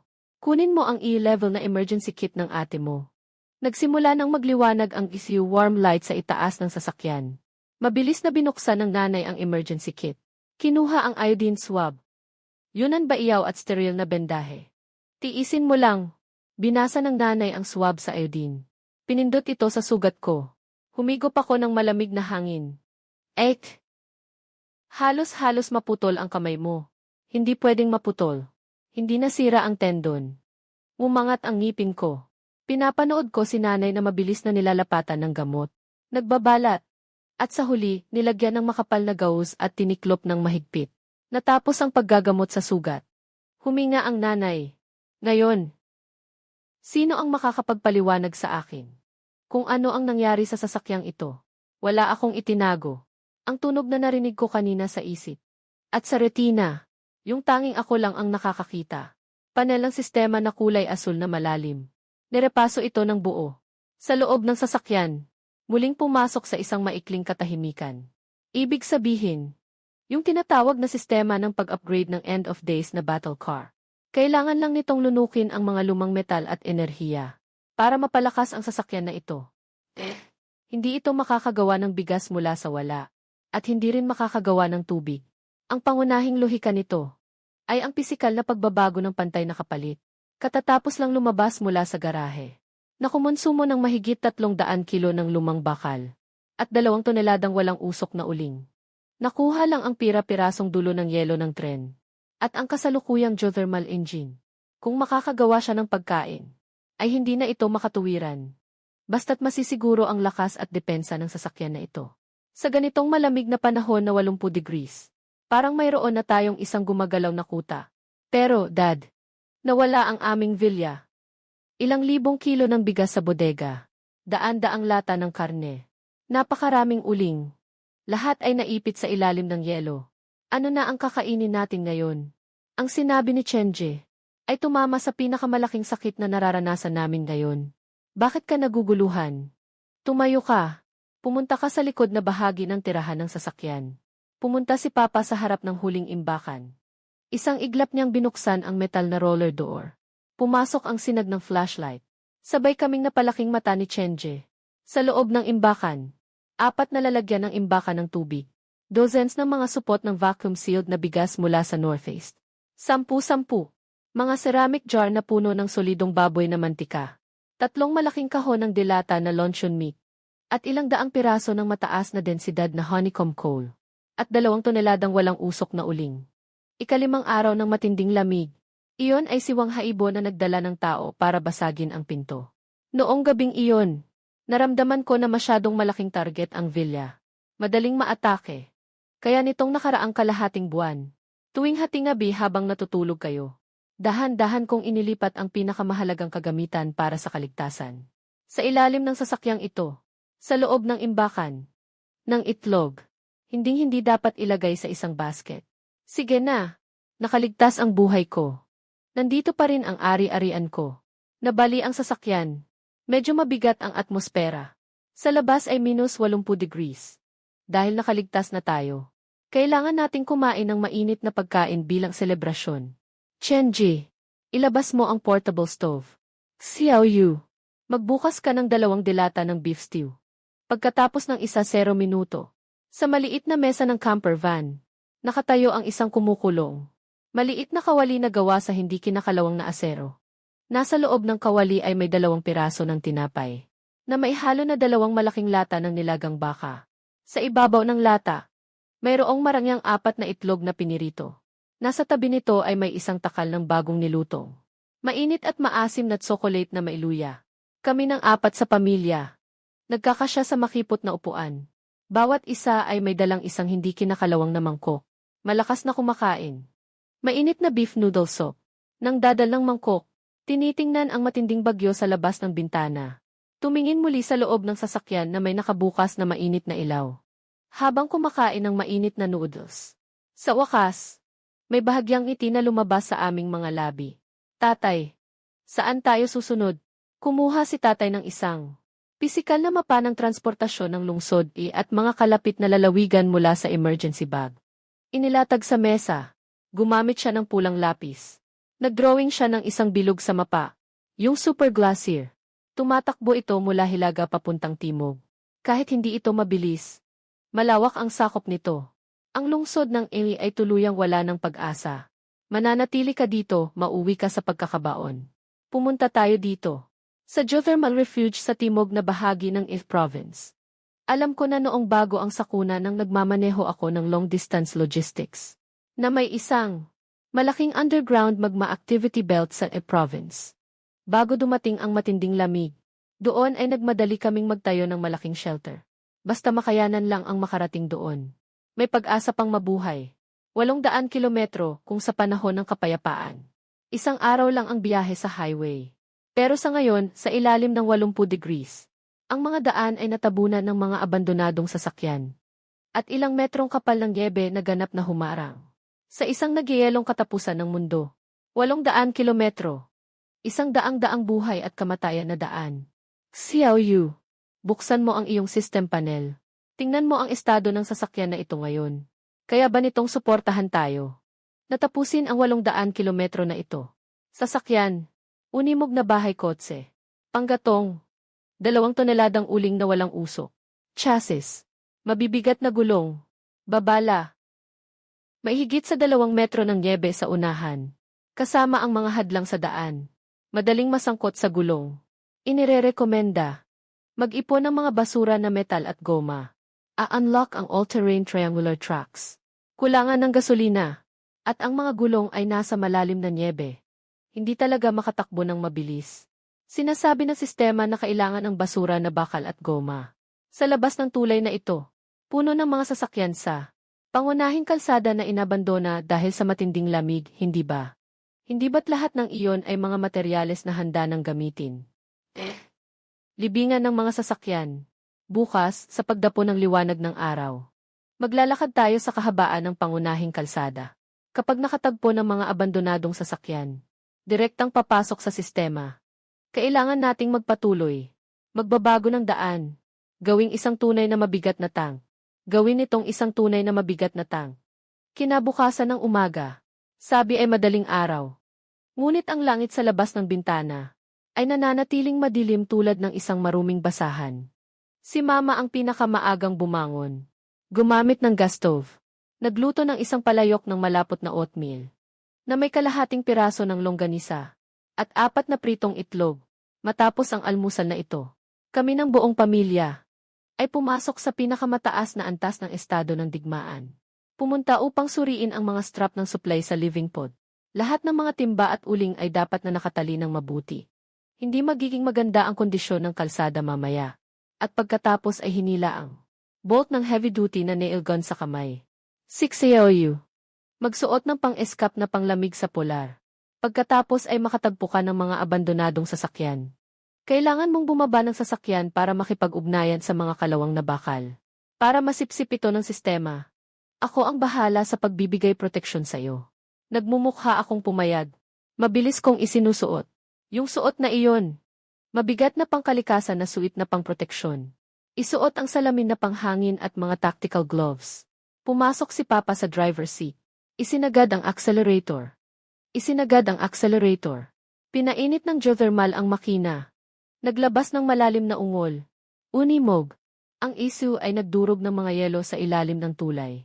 At umakyat sa 104 National Road na natatakpan ng yelo at niebe. Ang tanawin sa National Road ay labis na nakakadurog ng puso. Dumating ang matinding lamig ng napakabilis. Ang mga sasakyang ito ay lahat natatakpan ng makapal na yelo at niebe. Sa pamamagitan ng mga bintanang hindi ganap na natakpan ng hamog na nagyelo. Makikita mo ang loob. Mga bangkay na nakaporma sa iba't ibang porma ng pagkalito. May nakahawak ng mahigpit sa manibela. May nakaluhod sa likod na upuan. Lahat ay niebe na sa ilalim ng -80 degrees. Natutulog na parang matigas na yelong eskultura. Hindi talaga nagpreno si Papa. Nang makasalubong ng maliit na sasakyan sa gitna ng daan. Diretso siyang nagmaneho ng EC na may bigat na 20 tonelada. At matinding bumangga. Tay, hindi na tayo makadaan sa harap. Matapos umusad ang EC ng mga 10 kilometro. Napilitan itong huminto.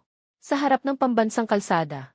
Naganap ang isang malagim na serye ng banggaan sa likod. Magandang pagkakataon. Itong tambak na bakal. Sapat na para sa iyong sistema. Para makakain ka ng busog. Maghanda ng bumaba. Chenji. Kunin ang compound na crossbow. Ihanda ang baril sa bubong ng sasakyan. Putang ina ng bata. Manatili ka sa driver's seat. I-lock ang mga pinto ng sasakyan. Kung may mangyari, maging handa kang tumulong sa amin. Nakatapak ako sa napakabigat na niebe. Naglalakad ng paunti-unti. Nang nakapamaywang ang tatay, bit-bit ang baril na may spike, nasa likod ko. Mabilis sa ganitong temperatura. Ang pang-espesyal na damit panglamig hanggang 20 minuto lang ang tatagal. Mahina niyang binubulong sa walkie-talkie. Pumunta ako sa isang itim na kotse na nabasag. Inalis ko ang tactical na guwantes sa kanan kong kamay. Ipinatong ko ang palad ko sa kotse. Puno ng yelo ang hood ng makina. Sistema. Nilamon. Nakatuklas ng magagamit na pisikal na material. Basurang bakal 1.2 tonelada. Basurang gulong na goma 40 kilo. Basurang kable ng tanso 5 kilo. Isinasagawa ang paglamon. Ang ACG na may bigat na 2 tonelada. Sa pakikipag-ugnay ng aking palad, ang yelo sa ibabaw ay agad na natanggal. Kasunod nito ang buong sasakyan. Ay naging isang makapal na daloy ng itim na pilak, na diretsyong dumaloy sa aking braso. Na masigasig na pumasok sa aking bahay na sasakyan.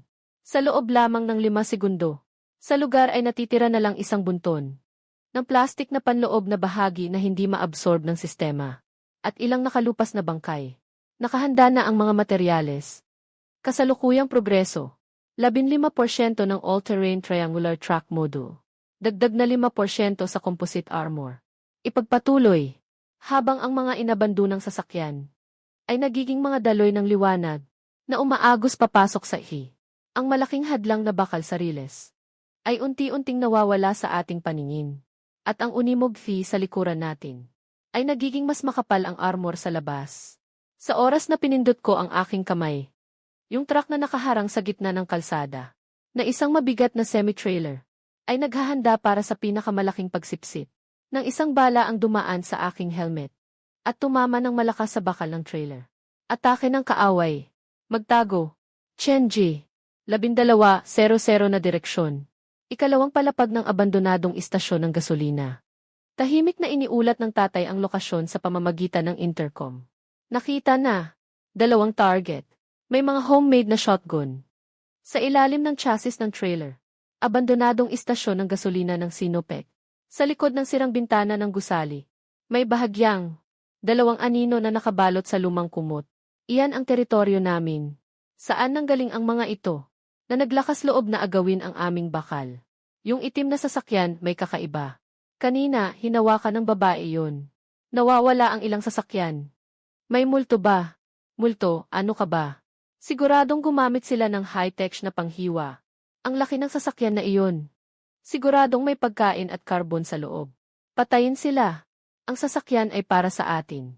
Hindi pa tapos magsalita. Malaking bilang ng mga bakal na bola. Tumama sa aming nakatagong semi-trailer. Walang pakialam sa peligro. Chenji. Pigilan sila. Xiao Yu. Ipagpatuloy ang pagsuso sa semi-trailer na ito. At clear ang daan ng lubusan. Naiintindihan. Tahimik na pinindot ni Chenji ang gatilyo ng crossbow. Agad na tumalo ng 100 metro. Pumasok sa bintana ng ikalawang palapag ng gasolinahan. Sa kahoy na frame. Shit! May mga crossbow sila. Napakalakas ng apoy. Wala akong pagdududa. Idinikit ko ang aking palad sa napakalaking metal na tangke ng langis. Sinipsip ng sistema ang lahat. Nakatuklas ng mataas na halaga ng material na pisikal. Mabigat na high-carbon steel chassis na 4 tonelada. Mabigat na goma na gulong na 120 kilo. 500 litro ng ginawang diesel ang nagyelo. Isinasagawa ang malalim na pagsipsip, na umaabot ng mahigit 10 metro. Ng mabigat na semi-trailer. Sa loob lamang ng ilang segundo ay naging agos. Na masigasig na dumadaloy sa Unimog-Fe. Nakaabot na sa kinakailangang antas ng materyales. Nakatugon ang mga kondisyon para sa pag-upgrade ng chassis module. Agad bang ubusin? Agad bang ubusin? 4.5 toneladang mataas na carbon na bakal at 160 kilo ng goma. A-unlock ang all-terrain na triangular na truck. I-unlock. Agad na unlock. Sa sandaling ibinigay ko ang utos. Ang aming unimog na camper sa likuran. Sa ilalim ng kontrol ng sistema. Mabilis na natunaw. Muling hinubog. Sa huli ay bumuo ng may malalim na mga pang-akit na panghuli. Hindi lang iyon. Ang taas ng ilalim ng katawan ng sasakyan. Muling itinaas ng kalahating metro. Sumakay. Hinawakan ako ng tatay ko ng mahigpit. Mabilis siyang bumalik sa motorhome. Hinila niya ang pinto at pumasok. Sa sandaling pumasok si tatay sa kabinete. Diretsong pinindot niya ang accelerator ng hot engine. Ang motorhome na pinalitan ng mga gulong ng truck. Nagkaroon ng nakakatakot na pagbabago sa lakas ng output. Ano yun, isang kakaibang nilalang. Paano naging may mga gulong na ang sasakyan? Lubos na natakot ang dalawang salarin. Nagsusumamo silang tumakbo kahit pa nagkakagulong. Pero huli na ang lahat. Hindi bumagal si Papa kahit kaunti. Nagmaneho ng truck na may gulong. Gamit ang matibay na pangharang sa harap ng sasakyan. Matinding tinamaan. Sa ikalawang palapag ng gasolinahan, sa haligi ng suporta. Biglang naputol ang haligi ng suporta. Ang buong ikalawang palapag ng gasolinahan ay bumagsak ng malakas. Maraming mga ladrilyo at semento. Bumagsak sa composite na armor ng EC. Walang kahit isang gasgas na naiwan. Yung dalawang teroristang nagtangkang sumalakay sa atin. Hindi man lang nakapaglabas ng sigaw. Ay tuluyang nailibing sa ilalim ng mga guho. Ganap na naging sobrang lamig. 2 latak ng putik sa disyerto. Malamig na inilagay ng tatay ang reverse track. Pinagpag ang mga guho. Sa niebe, nag-iwan ng 2 malalim na bakas ng truck. Si Chen ay bumalik sa loob ng sasakyan mula sa bintana. Ibalik ang compound crossbow. Magandang trabaho. Sa mundong ito, sino ang may lakas ng loob na bumarel sa atin? Sino man ang bumarel, wawasakin natin siya. Walang puwang para sa anumang walang kabuluhang usapan. Sapat ang gasolina para tumakbo ng 1,000 kilometro. Natapos na rin ang pagbabago ng chassis. CJ, sapat na ang gasolina. Tibay na rin ang chassis. Ang tunog ng mga gulong na dumudurog ng yelo ay umaalingaw sa malawak na daan. Kami ng 4 na miyembro ng pamilya. Nagmumaneho ng sasakyan na bagong nakaraos sa unang pagkain. Matatag na tinatahak ang hindi alam na 800 milyang daan patungo sa kamatayan. Matapos palitan ng all-terrain triangular trucks, nagkaroon ng malaking pagbabago sa pakiramdam ng pagmamaneho ng unimog na camper. Matatag na pinananatili ang bilis sa 80 kilometro kada oras. Sa loob ng sasakyan, tahimik na umiikot ang engine na pinainit ng geothermal. Sulit ang pagpapalit ng truck na ito. Pindutin ang gas. Pakiramdam mo ay parang nagmamaneho ng isang barkong pang-icebreaker. Kapatid na lalaki ay nakahawak sa manibela gamit ang isang kamay. Inabot niya ang termos gamit ang kabilang kamay. Masaya niyang ininom ang malakas na tsaa na bagong binuhos ni nanay. Papa, may malaking serbisyo sa harap. May ilang malaking sasakyan na nakaparada doon. Parang mga truck ng logistics. Magpapasikot ba tayo o hindi? Hindi na rin. Agad na umikot si Papa sa manibela. Nabasag ng mga gulong ang makapal na yelo sa tabi ng daan. Diretso siyang pumasok sa daanan ng serbisyo. Ipinark ni Papa ang EC sa gitna ng plaza ng serbisyo. Maingat niyang sinuri ang paligid sa loob ng 5 minuto. Nang makumpirma niyang walang anumang buhay na nilalang, dumapo siya sa akin ng isang tango. Magsuot ng jacket na panglamig. Babae. Chenji. Turret ng skylight magbabantay. Mabilis kong isinusuot ang pangdepensa sa malamig na klima. Binuksan ko ang pinto ng sasakyan. Huminga ng malalim ng hangin na may mga yelong butil. Naglakad ng mabilis sa ibabaw ng matigas na snow na naipon sa truck. Patakbong nilakad ko papunta sa sulok ng plaza, sa mga mabigat na transportasyon na kalahati ng natabunan ng malaking nyebe. Lumakad ako papunta sa unang sasakyan. Hinawi ko ang nyebe sa ibabaw ng trailer gamit ang guwantes. Ito ay isang malaking flat na truck. Maayos na nakalagay dito ang ilang dosenang mabibigat na kahon. May logo ng isang kilalang kumpanya ng bagong enerhiya na baterya sa ibabaw ng mga kahon. At sa tabi nito, ang semi-trailer. Puno ng mga siksik na monocrystalline silicon solar panel para sa mga solar power station sa disyertong kanluran. Tatay, ito ay bagong enerhiya na baterya at mataas na purong solar panel. Pinindot ko ang intercom. Ang boses ay nanginginig dahil sa labis na kasiyahan. Lahat ay nilamon. Walang natirang kahit kaunting dumi. Hindi ako nag-atubiling tanggalin ang guwantes. Idinikit ko ang aking palad sa flat na puno ng baterya. Ang sistema ay sumisipsip ng pinakamataas na lakas. Natagpuan ang mataas na halaga ng materyales. 3 toneladang basurang lithium battery. 1.5 toneladang solar panel. 200 gramo ng bihirang metal at 5 toneladang bakal. Unang pakikipag-ugnay sa mataas na enerhiya na materyales. Pinipilit na lampasan ang mga limitasyon ng pangunahing pagbabago. Ang pagsipsip na ito ay may napakasyentipikong pakiramdam. 2 truck na puno ng mga supply. Naging isang metal na agos na may asul-lilang kidlat. Pumasok sa glue. Natapos na ang pagsipsip. Ubos na ang materyales. Na-unlock ang nakatagong module. Pinalawak ang panloob na espasyo. Naglabas ang EC ng malalakas na tunog ng pagdurog ng metal. Diyos ko! Tatay! Lumalaki ang compartment. Nakita kong nagulat. Ang likurang bahagi ng sasakyan. Ang balot ay parang buhay na humihila palabas. Muling binubuo ang makapal na composite armor, na umaabot ng 2 metro pabalik, at lumalawak ng kalahating metro palabas. 6AOU. Sumakay ka na sa sasakyan. Tingnan mo kung ano na ang itsura sa loob. Agad akong bumalik sa sasakyan. Isinara ko ang mabigat na pinto. Pagpasok ko sa living cabin, nakatulala ako. Ang dati masikip na isang silid at isang sala. Ngayon ay naging maluwang.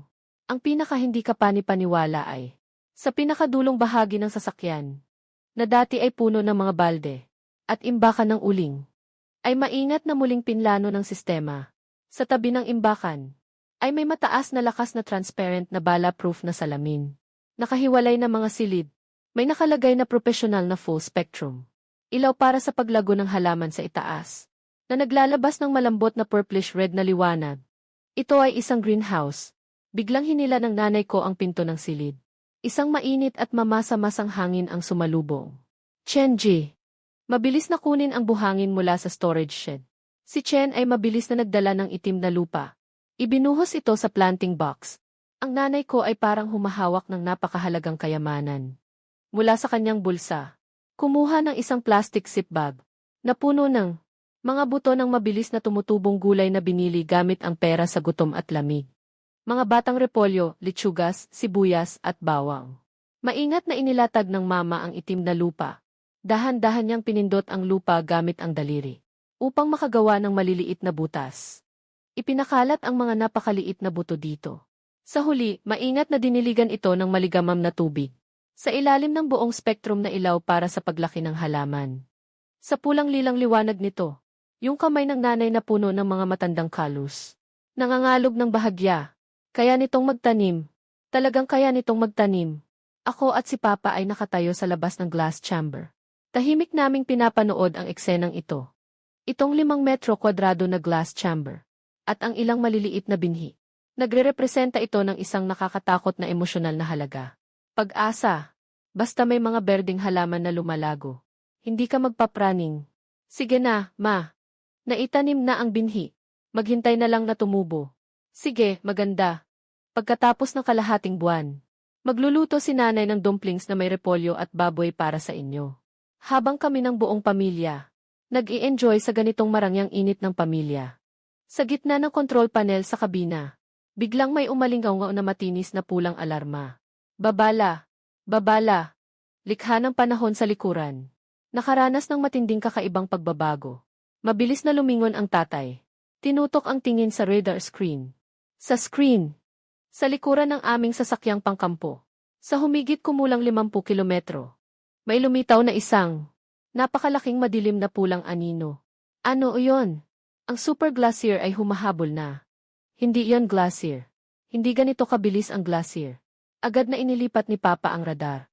Sa rear view, kwadro ng kamera, ang larawan na ipinapakita sa screen, ay agad na nagpahinto sa tibok ng aking puso.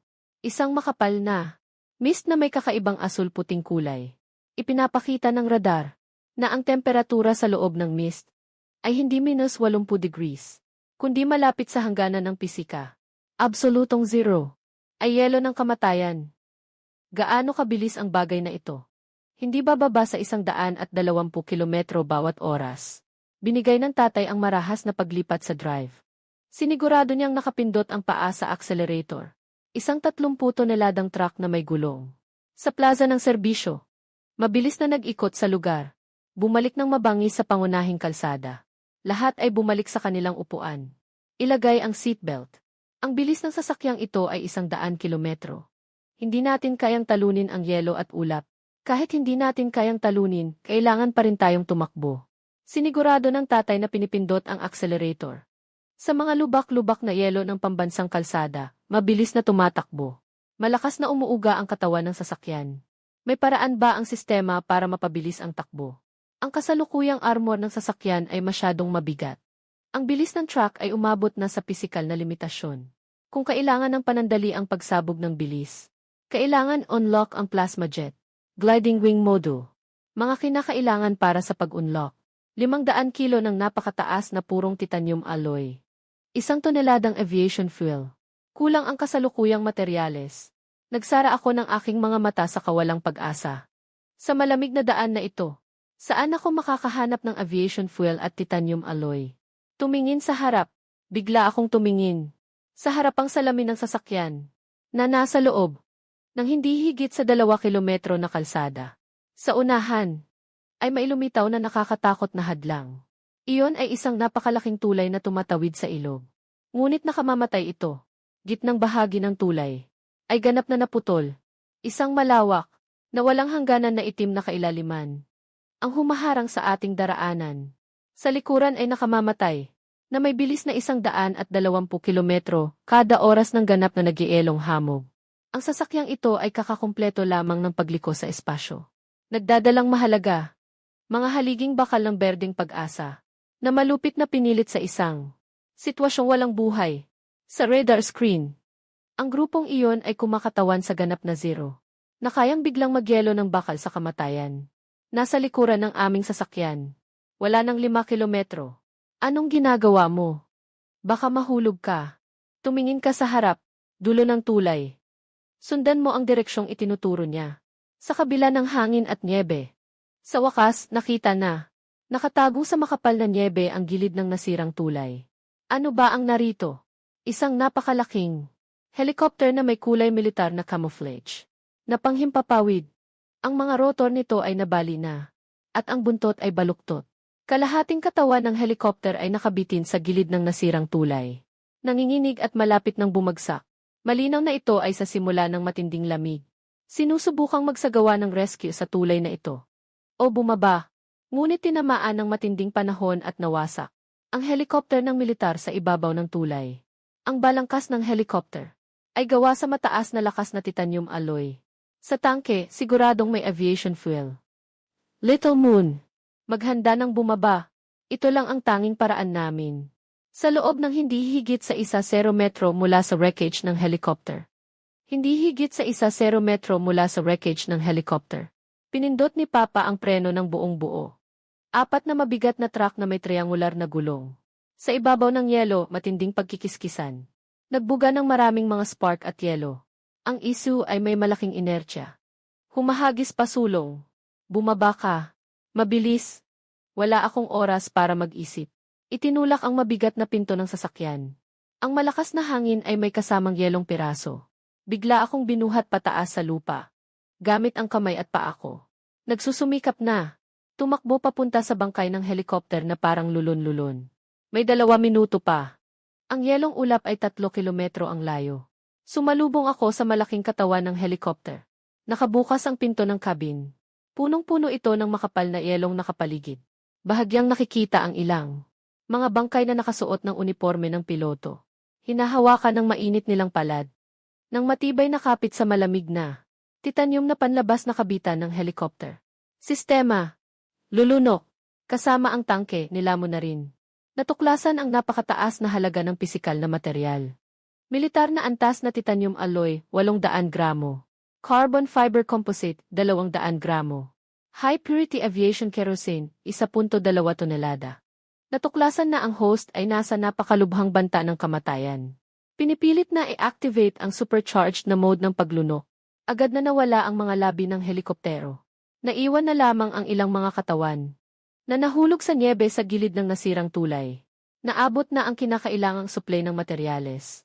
Nakatugon ang mga kondisyon para sa pag-unlock ng nakatagong modul. Kumonsumo ng 500 kilo ng titanium alloy, kasama ang 1 toneladang aviation fuel. Nasa proseso ng pagbuo. Plasma Jet Gliding Wing Module. Xiaoyu. Bumalik ka na. Dumating na ang yelo at ulap. Bigla akong lumingon. Sa dulo ng abot tanaw, ang madilim na asul na yelo at ulap ng kamatayan ay parang tsunami na rumagasan na. Saan man ito dumaan, mga inabando ng sasakyan sa tulay. Agad na naging malutong na yelo. At sa malakas na hangin, naging pulbos. 1 kilometro na lang ang natitira sa atin. Nagtatakbo ako pabalik sa camper. Hinila ako ng tatay papasok sa sasakyan. Mahigpit na isinara ang pinto ng sasakyan. Sistema. Naayos na ba? Sa magkabilang panig ng AC. Biglang bumaligtad ang armor palabas.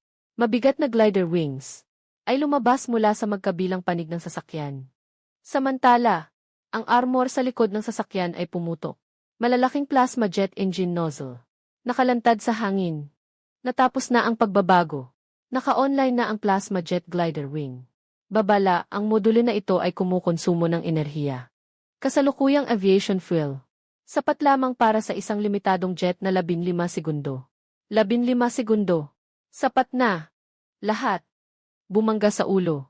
Posisyon para sa pag-iwas sa banggaan. Tinutukan ng tatay ang accelerator ng todo.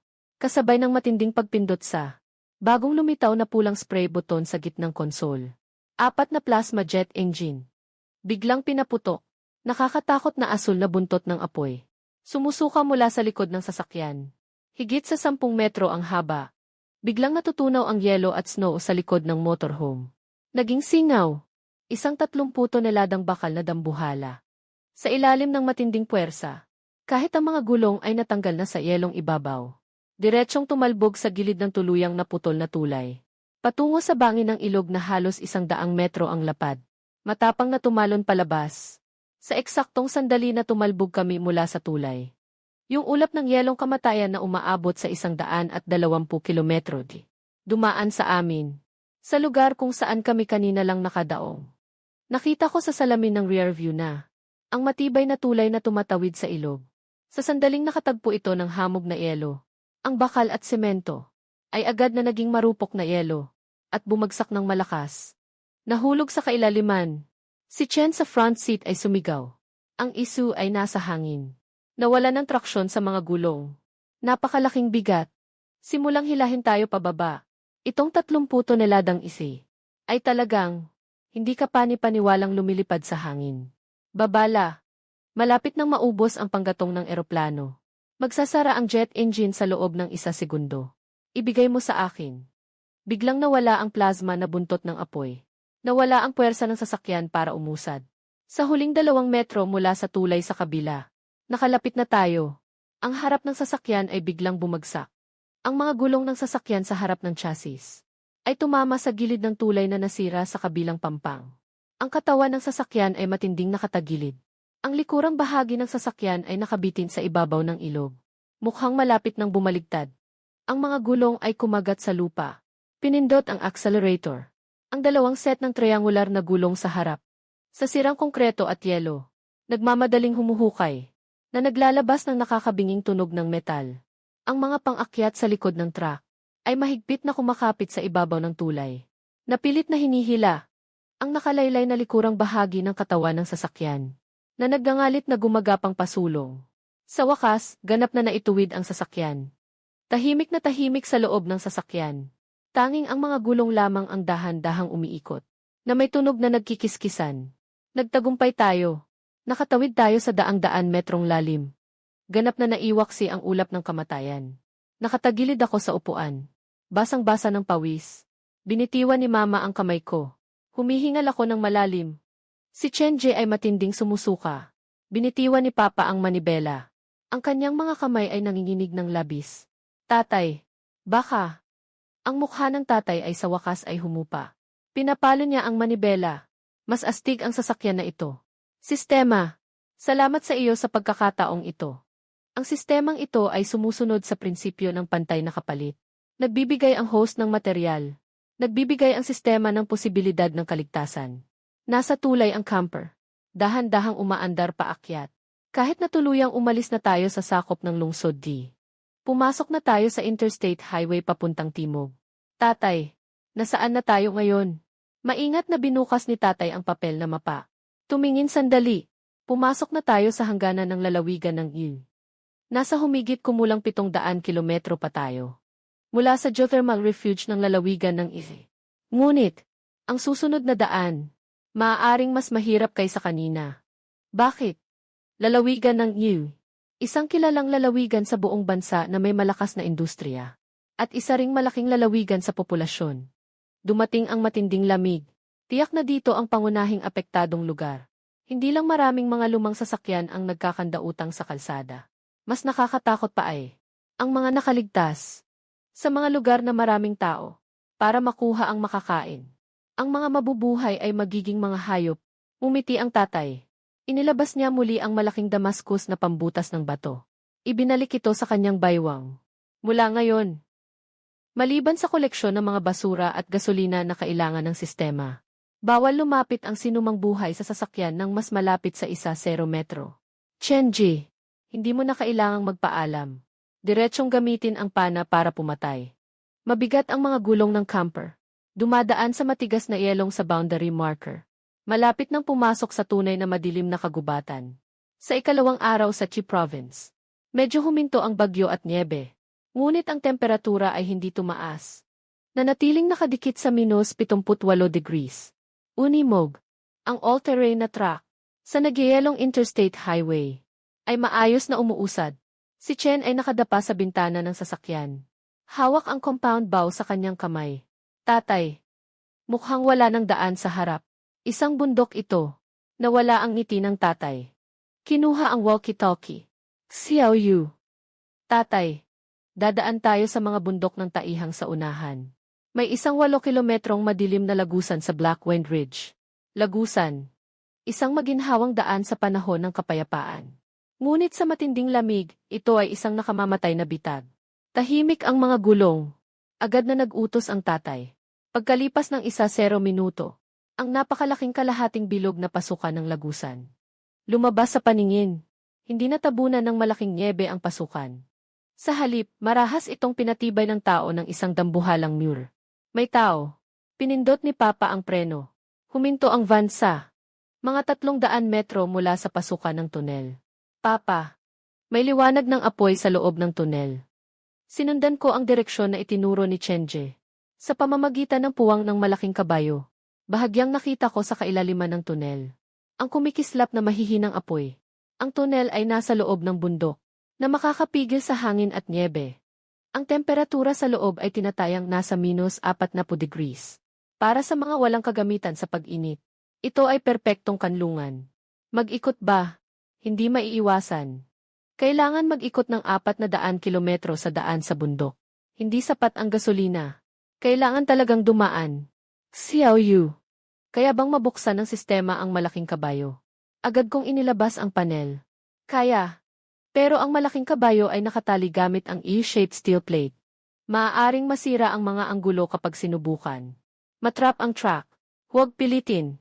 Sa makipot na tunel, maaaring masira ang sasakyan. Parang isda sa loob ng palayok. Paano tayo makakalapit? Hinigpitan ni Chen ang hawak niyang pana. Hindi nagsalita si tatay. Sa halip, maingat siyang nagmasid. Sa dambuhalang bakal na kabayo. Xiao Yu. Ang sistema mo. Kailangan bang makontak sa metal? Para makakain ito. Basta't ito ay walang senyales ng buhay na metal. Makontak at agad na sumisipsip. Napakabuti. Mamaya, ipaparada ko ang sasakyan 10 metro sa harap ng kabayo. Gamitin mo ang apoy para pigilan ang mga tao sa loob ng lagusan. Xiao Yu. Lumabas ka na. Kunin mo lahat ng mga sirang bakal na nakaharang dyan. Lunukin mo lahat. Naintindihan. Biglang pinatakbo ni tatay ang makina. Ang 30 toneladang truck na bahay ay umungol ng malakas. Walang takot na tinutungo ang pasukan ng tunel. Dumaan ng mabilis. 300 metro.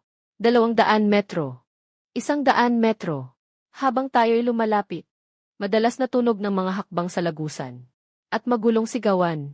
Mula sa kailaliman ng lagusan. May paparating na sasakyan. Ang laki ng sasakyan. Siguradong may pagkain doon. Bilisan na.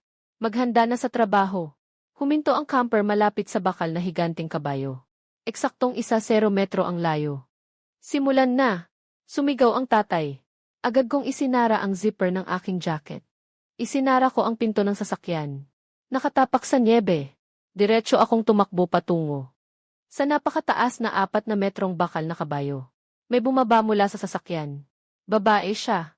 Hawakan mo siya. Nasa bubong si Chenji. Pinindot niya ang gatilyo ng crossbow. 2 matitinding carbon fiber na pana. Tumusok sa pagitan ng mga kabayo. May mga lihim nilang armas. Itapon ang mga bote ng apoy para sunugin sila. Isang basong bote na puno ng gasolina. Bumagsak ito ng malakas patungo sa aking direksyon. Wala akong oras para umiwas. Nakaupo si tatay sa driver's seat. Hinawakan ang mabigat na nailgon na dapat ay ginamit na. Tinutok ito sa naglalagablab na bote sa hangin. At pinaputok ito. Malalaking bakal na pako. Ang tumama sa bote ng salamin sa hangin. Ang gasolina ay biglang sumabog sa malamig na hangin. Biglang sumabog. Sa pamamagitan ng panakip na ito, matagumpay kong nakalampas. Sa harap ng bakal na kabayo, inalis ko ang gwante sa kanang kamay ko. Ipinasok ko ang mainit na palad ng kamay ko ng mahigpit sa isang makapal na G-shape na haligi ng bakal. Sistema, kumuha ka ng pintuang ito. Hanggang sa wala nang natira. Na-detect ang napakataas na densidad ng material na pisikal. L-shape na bakal pang konstruksyon 3 tonelada. Lumang chassis ng sasakyan 2 tonelada. Kalawangin na metal na mesh 50 kilo. Isinasagawa ang malalim na pagsipsip. Diyos ko! Nasa kamay. Ang pangalawang bote ng gasolina na hindi pa nasisindihan. Diretsyong nahulog sa lupa. Sa loob lamang ng 10 segundo. Nakatayo sa pasukan ng tunel. Ang di mapapantayang bakal na higante. Ganap na nawala. Kahit isang pirasong bakal ay wala nang natira. Mabilis akong nagsuot ng guwantes. Lumiko ako at nagmadaling bumalik sa ihi. Ang mga materyales ay may napakataas na halaga. Nakatukoy ng masamang mapanganib na kapaligiran. Dapat bang ubusin? 3 toneladang A-beam at 1 toneladang bakal na basura. A-unlock ang high voltage power grid ng sasakyan at ang nakatutok na machine gun sa itaas. Agad na unlock. Malakas na muling pagbubuo ng panlabas na armor ng camper. Isang layer. Ang high voltage power grid na kumikislap ng asul na elektrikal na liwanag. Mabilis na bumabalot sa katawan ng sasakyan. Kasabay nito, ang bubong ay itataas ang isang maselang metal na turret. Ilagay ang compound crossbow at mga crossbow bolts sa slot ng turret. Mabilis na ipinasok ni Chenji ang compound crossbow sa butas. Ibinuhos ang 50 piraso ng carbon fiber crossbow bolts sa automatic feeding box. Bukas na ang daan. Dumiretso ka na. Humawak ka ng mabuti. Malupit na nakabitin ang papa. Nagniningning ang malakas na high beam ng camper. Huwag nilang hayaang pumasok sa tunel. Itaas ang baril sa kamay. Tama sa windshield ng camper. Sobrang pinutok ang baril. Huwag nang pumutok pa. Tahimik kong tinapik si Kuya Chen ng ulo. Hindi na kailangan ng matinding labanan. Dahil tuluyang natalo na nila. Ang kanilang mental na depensa. Yung kalbo na may hawak na baril na gawa sa lupa. Nabigla ang mga binti niya. Diretsyong nahulog sa malamig na lupa. Pinawi ng takot ang lakas niya na pihitin ang gatilyo. Yung baril na gawa sa lupa ay bumagsak sa tabi, tunog na parang kalansing. Hindi na naglabas ng baril ang tatay at humabol. Sadyang malamig na pinindot ang accelerator. Ang mabigat na tunog ng makina ay umuukit sa tahimik na pasukan. Dala ang isang pakiramdam ng walang emosyon na pang-aapi. Ilang mga salarin na umaasang makikinabang sa gulo ay umatras na parang nakakita ng multo. Ang natitirang ilang mga nakaligtas ay tuluyan ng nawala ng sigla sa laban. Sila ay natatakot. Itinatapon ang mga sirang bakal. Habang nagugulungan, nagmamadaling tumakas papasok sa tunel. Nagmamadali, ngunit kami, ang aming pamilya, ay buong pusong nakaligtas. Sa gitnang kontrol ng silid ng driver, yung luma ng e-hit tracker. Naglabas ito ng mahina na ingay ng buzzing. Pinindot ni Papa ang preno, yung 30 toneladang truck na may gulong. Sa isang malawak, lupaing pinapalamu siya ng yelo at snow. Huminto ito. Dumating na. Agad kaming tumakbo ni Chen sa bintana. Sa layo na. Hindi higit sa 2 kilometro. Walang lungsod. Walang matataas na gusali. Tanging isang napakalaking hugis kalahating dam. Na nakatayo ng bigla sa ibabaw ng yelo. Ang ibabaw ng dam. Natatakpan ng makapal na material na pang-insulation. Sa madilim na kulay abo na kalangitan. Naglalabas ng mahina. Ngunit nakabibighaning pulang liwanag ng industriya. Pambansang underground geothermal refuge ng 8th probinsya. Ang dakilang huling kuta ng tao sa harap ng ganap na 0 degree. Sa wakas, dumating na. Huwag kang masyadong masaya agad. Tingnan ang pintuan ng silungan. Kinuha ko ang binoculars. Sundan ang direksyon na tinuturo ni tatay. Biglang bumaba ang puso ko sa kabababang bahagi. Ang malaking pintuan ng silungan na gawa sa aloy. Hindi ito nakabukas. Sa halip, sa paligid ng pintuan. Desperado. Nagtitipo ng libu-libong mga nakaligtas. Sila ay nakabalot sa mga luma at sira-sirang damit. Nagmamadali silang ginagamit ang mga piko at bato sa kanilang mga kamay. Maging ang kanilang mga kamay. Sa harap ng pinto ay isang nakakatakot na pader ng yelo. Ito ay may kapal na 30 metro. Nagawa sa purong napakalamig na kristal ng yelo. Pader ng kawalang pag-asa. Dahil sa geothermal na nagmumula sa loob ng kanlungan. At ang ganap na 0 degree sa labas. Na nagtatagpo sa pintuan. Na nagdudulot sa labas ng malaking pinto. Nakakaibang nagbuo. Ng hindi matibag na yelo. Na hindi makalabas ang mga tao sa loob. Hindi makapasok ang mga tao sa labas. Maraming mga bangkay sa labas ng pinto. Naging matigas na yelo na sila. Nananatiling may pag-asa na basagin ang pinto. Ang mabigat na makinarya ng kanlungan. Siguradong namatay sa loob. Kalma na inanalisa ng tatay. Itong pader ng yelo. Hindi kayang buksan gamit ang tao. Naghihintay sila ng kamatayan. Ano ang gagawin natin? Nagmamadali akong tumingin sa panel ng sistema. Kasalukuyang imbaka ng gasolina. Wala nang natirang 200 kilo ng walang usok. Babala ng sistema. Malapit nang maubos ang gasolina. Ang geothermal engine ay titigil sa loob ng 2 oras. Wala na tayong ibang daan. Xiao Yu, ang sistema mo. Maaari bang kunin ang huling natitirang potensyal ang sasakyan na ito? Nang buo.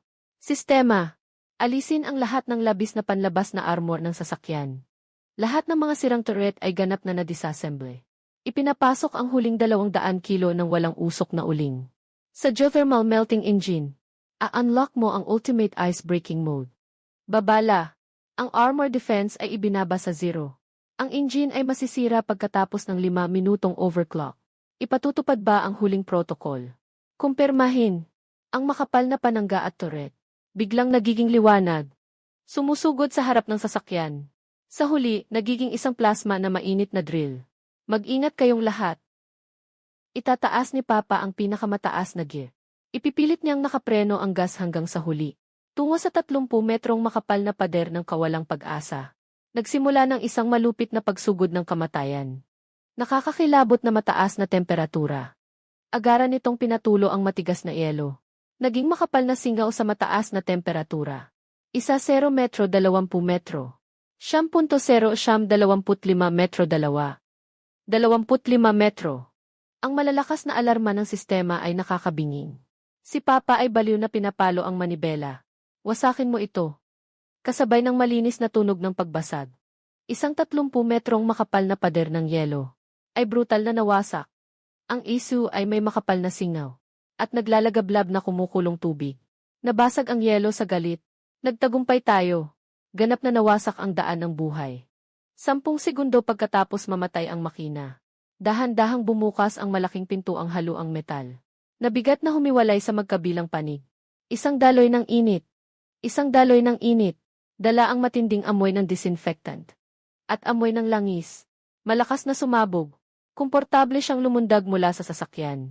Isang pamantayang pagbati, isang matibay na pagbati. Mula sa 3 Logistic Support Brigade ng Hilagang Dako ng Digmaan. Sargento ng 3 Antas na si Chen Weidong. Kasama ang pamilya. Kasama ang pamilya. Humihiling na makapasok sa lungsod. Yung gwapong lalaki ay nakatingin ang shock sa tatay. Mabilis na nagbigay ng saludo. Ako at si Chen ay niyayakap si nanay. Dahan-dahang bumaba mula sa camper. Yung mga nakaligtas sa labas. Nagmamadaling sumunod sa iyalong butas na ginawa namin. Pumasok sa kanlungan. At kami ng aking pamilya. Tahimik na nakatayo sa maliwanag na ilaw. Nahirapan kayo. Regular na pagsusuri. Mangyaring makipagtulungan. Umiti ng kalmado ang nanay. Maingat siyang. Hilahin ang makapal na zipper ng suot na pangproteksyon sa lamig. Nasa loob ng palanggana ang nasa loob ng mini ecological chamber. Maingat na inalagaan sa loob ng kalahating buwan. Isang maliit na bungkos ng sariwang malunggay. Yung opisyal ay napalakas ang mata sa pagkabahala. Ito ay buhay na gulay. Tahimik kong tinitingnan ang retina ng system panel na kulay asul na bughaw. Nakatukoy ng ligtas na kapaligiran para sa pamumuhay. Sistema ng pagbabago ng sasakyan sa katapusan ng mundo. Matagumpay na natapos ang misyon. Pumasok sa malalim na estado ng pagtulog. Tahimik na kumikislap ang panel. Ganap na nawala. Sa isang iglap, 3 taon ang lumipas. Ang mundo sa ibabaw ng lupa. Nasa ilalim pa rin ang 80 degree na ganap na pagbabawal. Lubos na nailibing ang dating masiglang lungsod. Ngunit sa ilalim ng 500 metrong lalim na, tuktok ng bakal. Napakamatatag ng tao, na nakabuo ng siyam, 00, 50, 14,484,00, 50, 15,000. Bagong sistema ng ekolohiya. Si Peggy, ang nagtatago sa shelter noong New Year's Eve, ay nagbigay ng kalahating kilo ng napakahalagang synthetic na karne at 2 kilo ng harina. Ang nanay ko ay galing sa kanyang sakahan at ginamit ang mga puntos para makuha ang isang bungkos ng sariwang sibuyas. Ang tatay ko ay napakahusay sa paghiwa ng karne sa chopping board. Habang hinihiwa niya ito ng maingat, nasa tabi si Chenji, naabala sa pag-ikot ng balat ng dumpling. May puting harina sa kanyang mukha. Napakasigla niyang pinakuluan ang isang palanggana ng tubig. Ilagay na ang mga dumpling. Malakas na sumigaw ang nanay ko. Itinatulak ang malalaki at mapuputing dumpling sa kumukulong tubig. Nakatayo ako sa tabi ng mesa. Maayos na inayos ang 4 na pares ng pinggan at kubyertos na ipinamahagi. Napakaayos nilang inayos. Napakaliit ng tao sa mundong ito. Ngunit napakatatag. Hanggang may binhi pa. Hanggang hindi pa napuputol ang pugon ng bakal. Hanggang may isang pamilya pa ring nakaupo ng magkasama. Kumain ng isang mainit na paboritong merienda. Ang apoy ng sibilisasyong ito ay hindi kailanman mamamatay.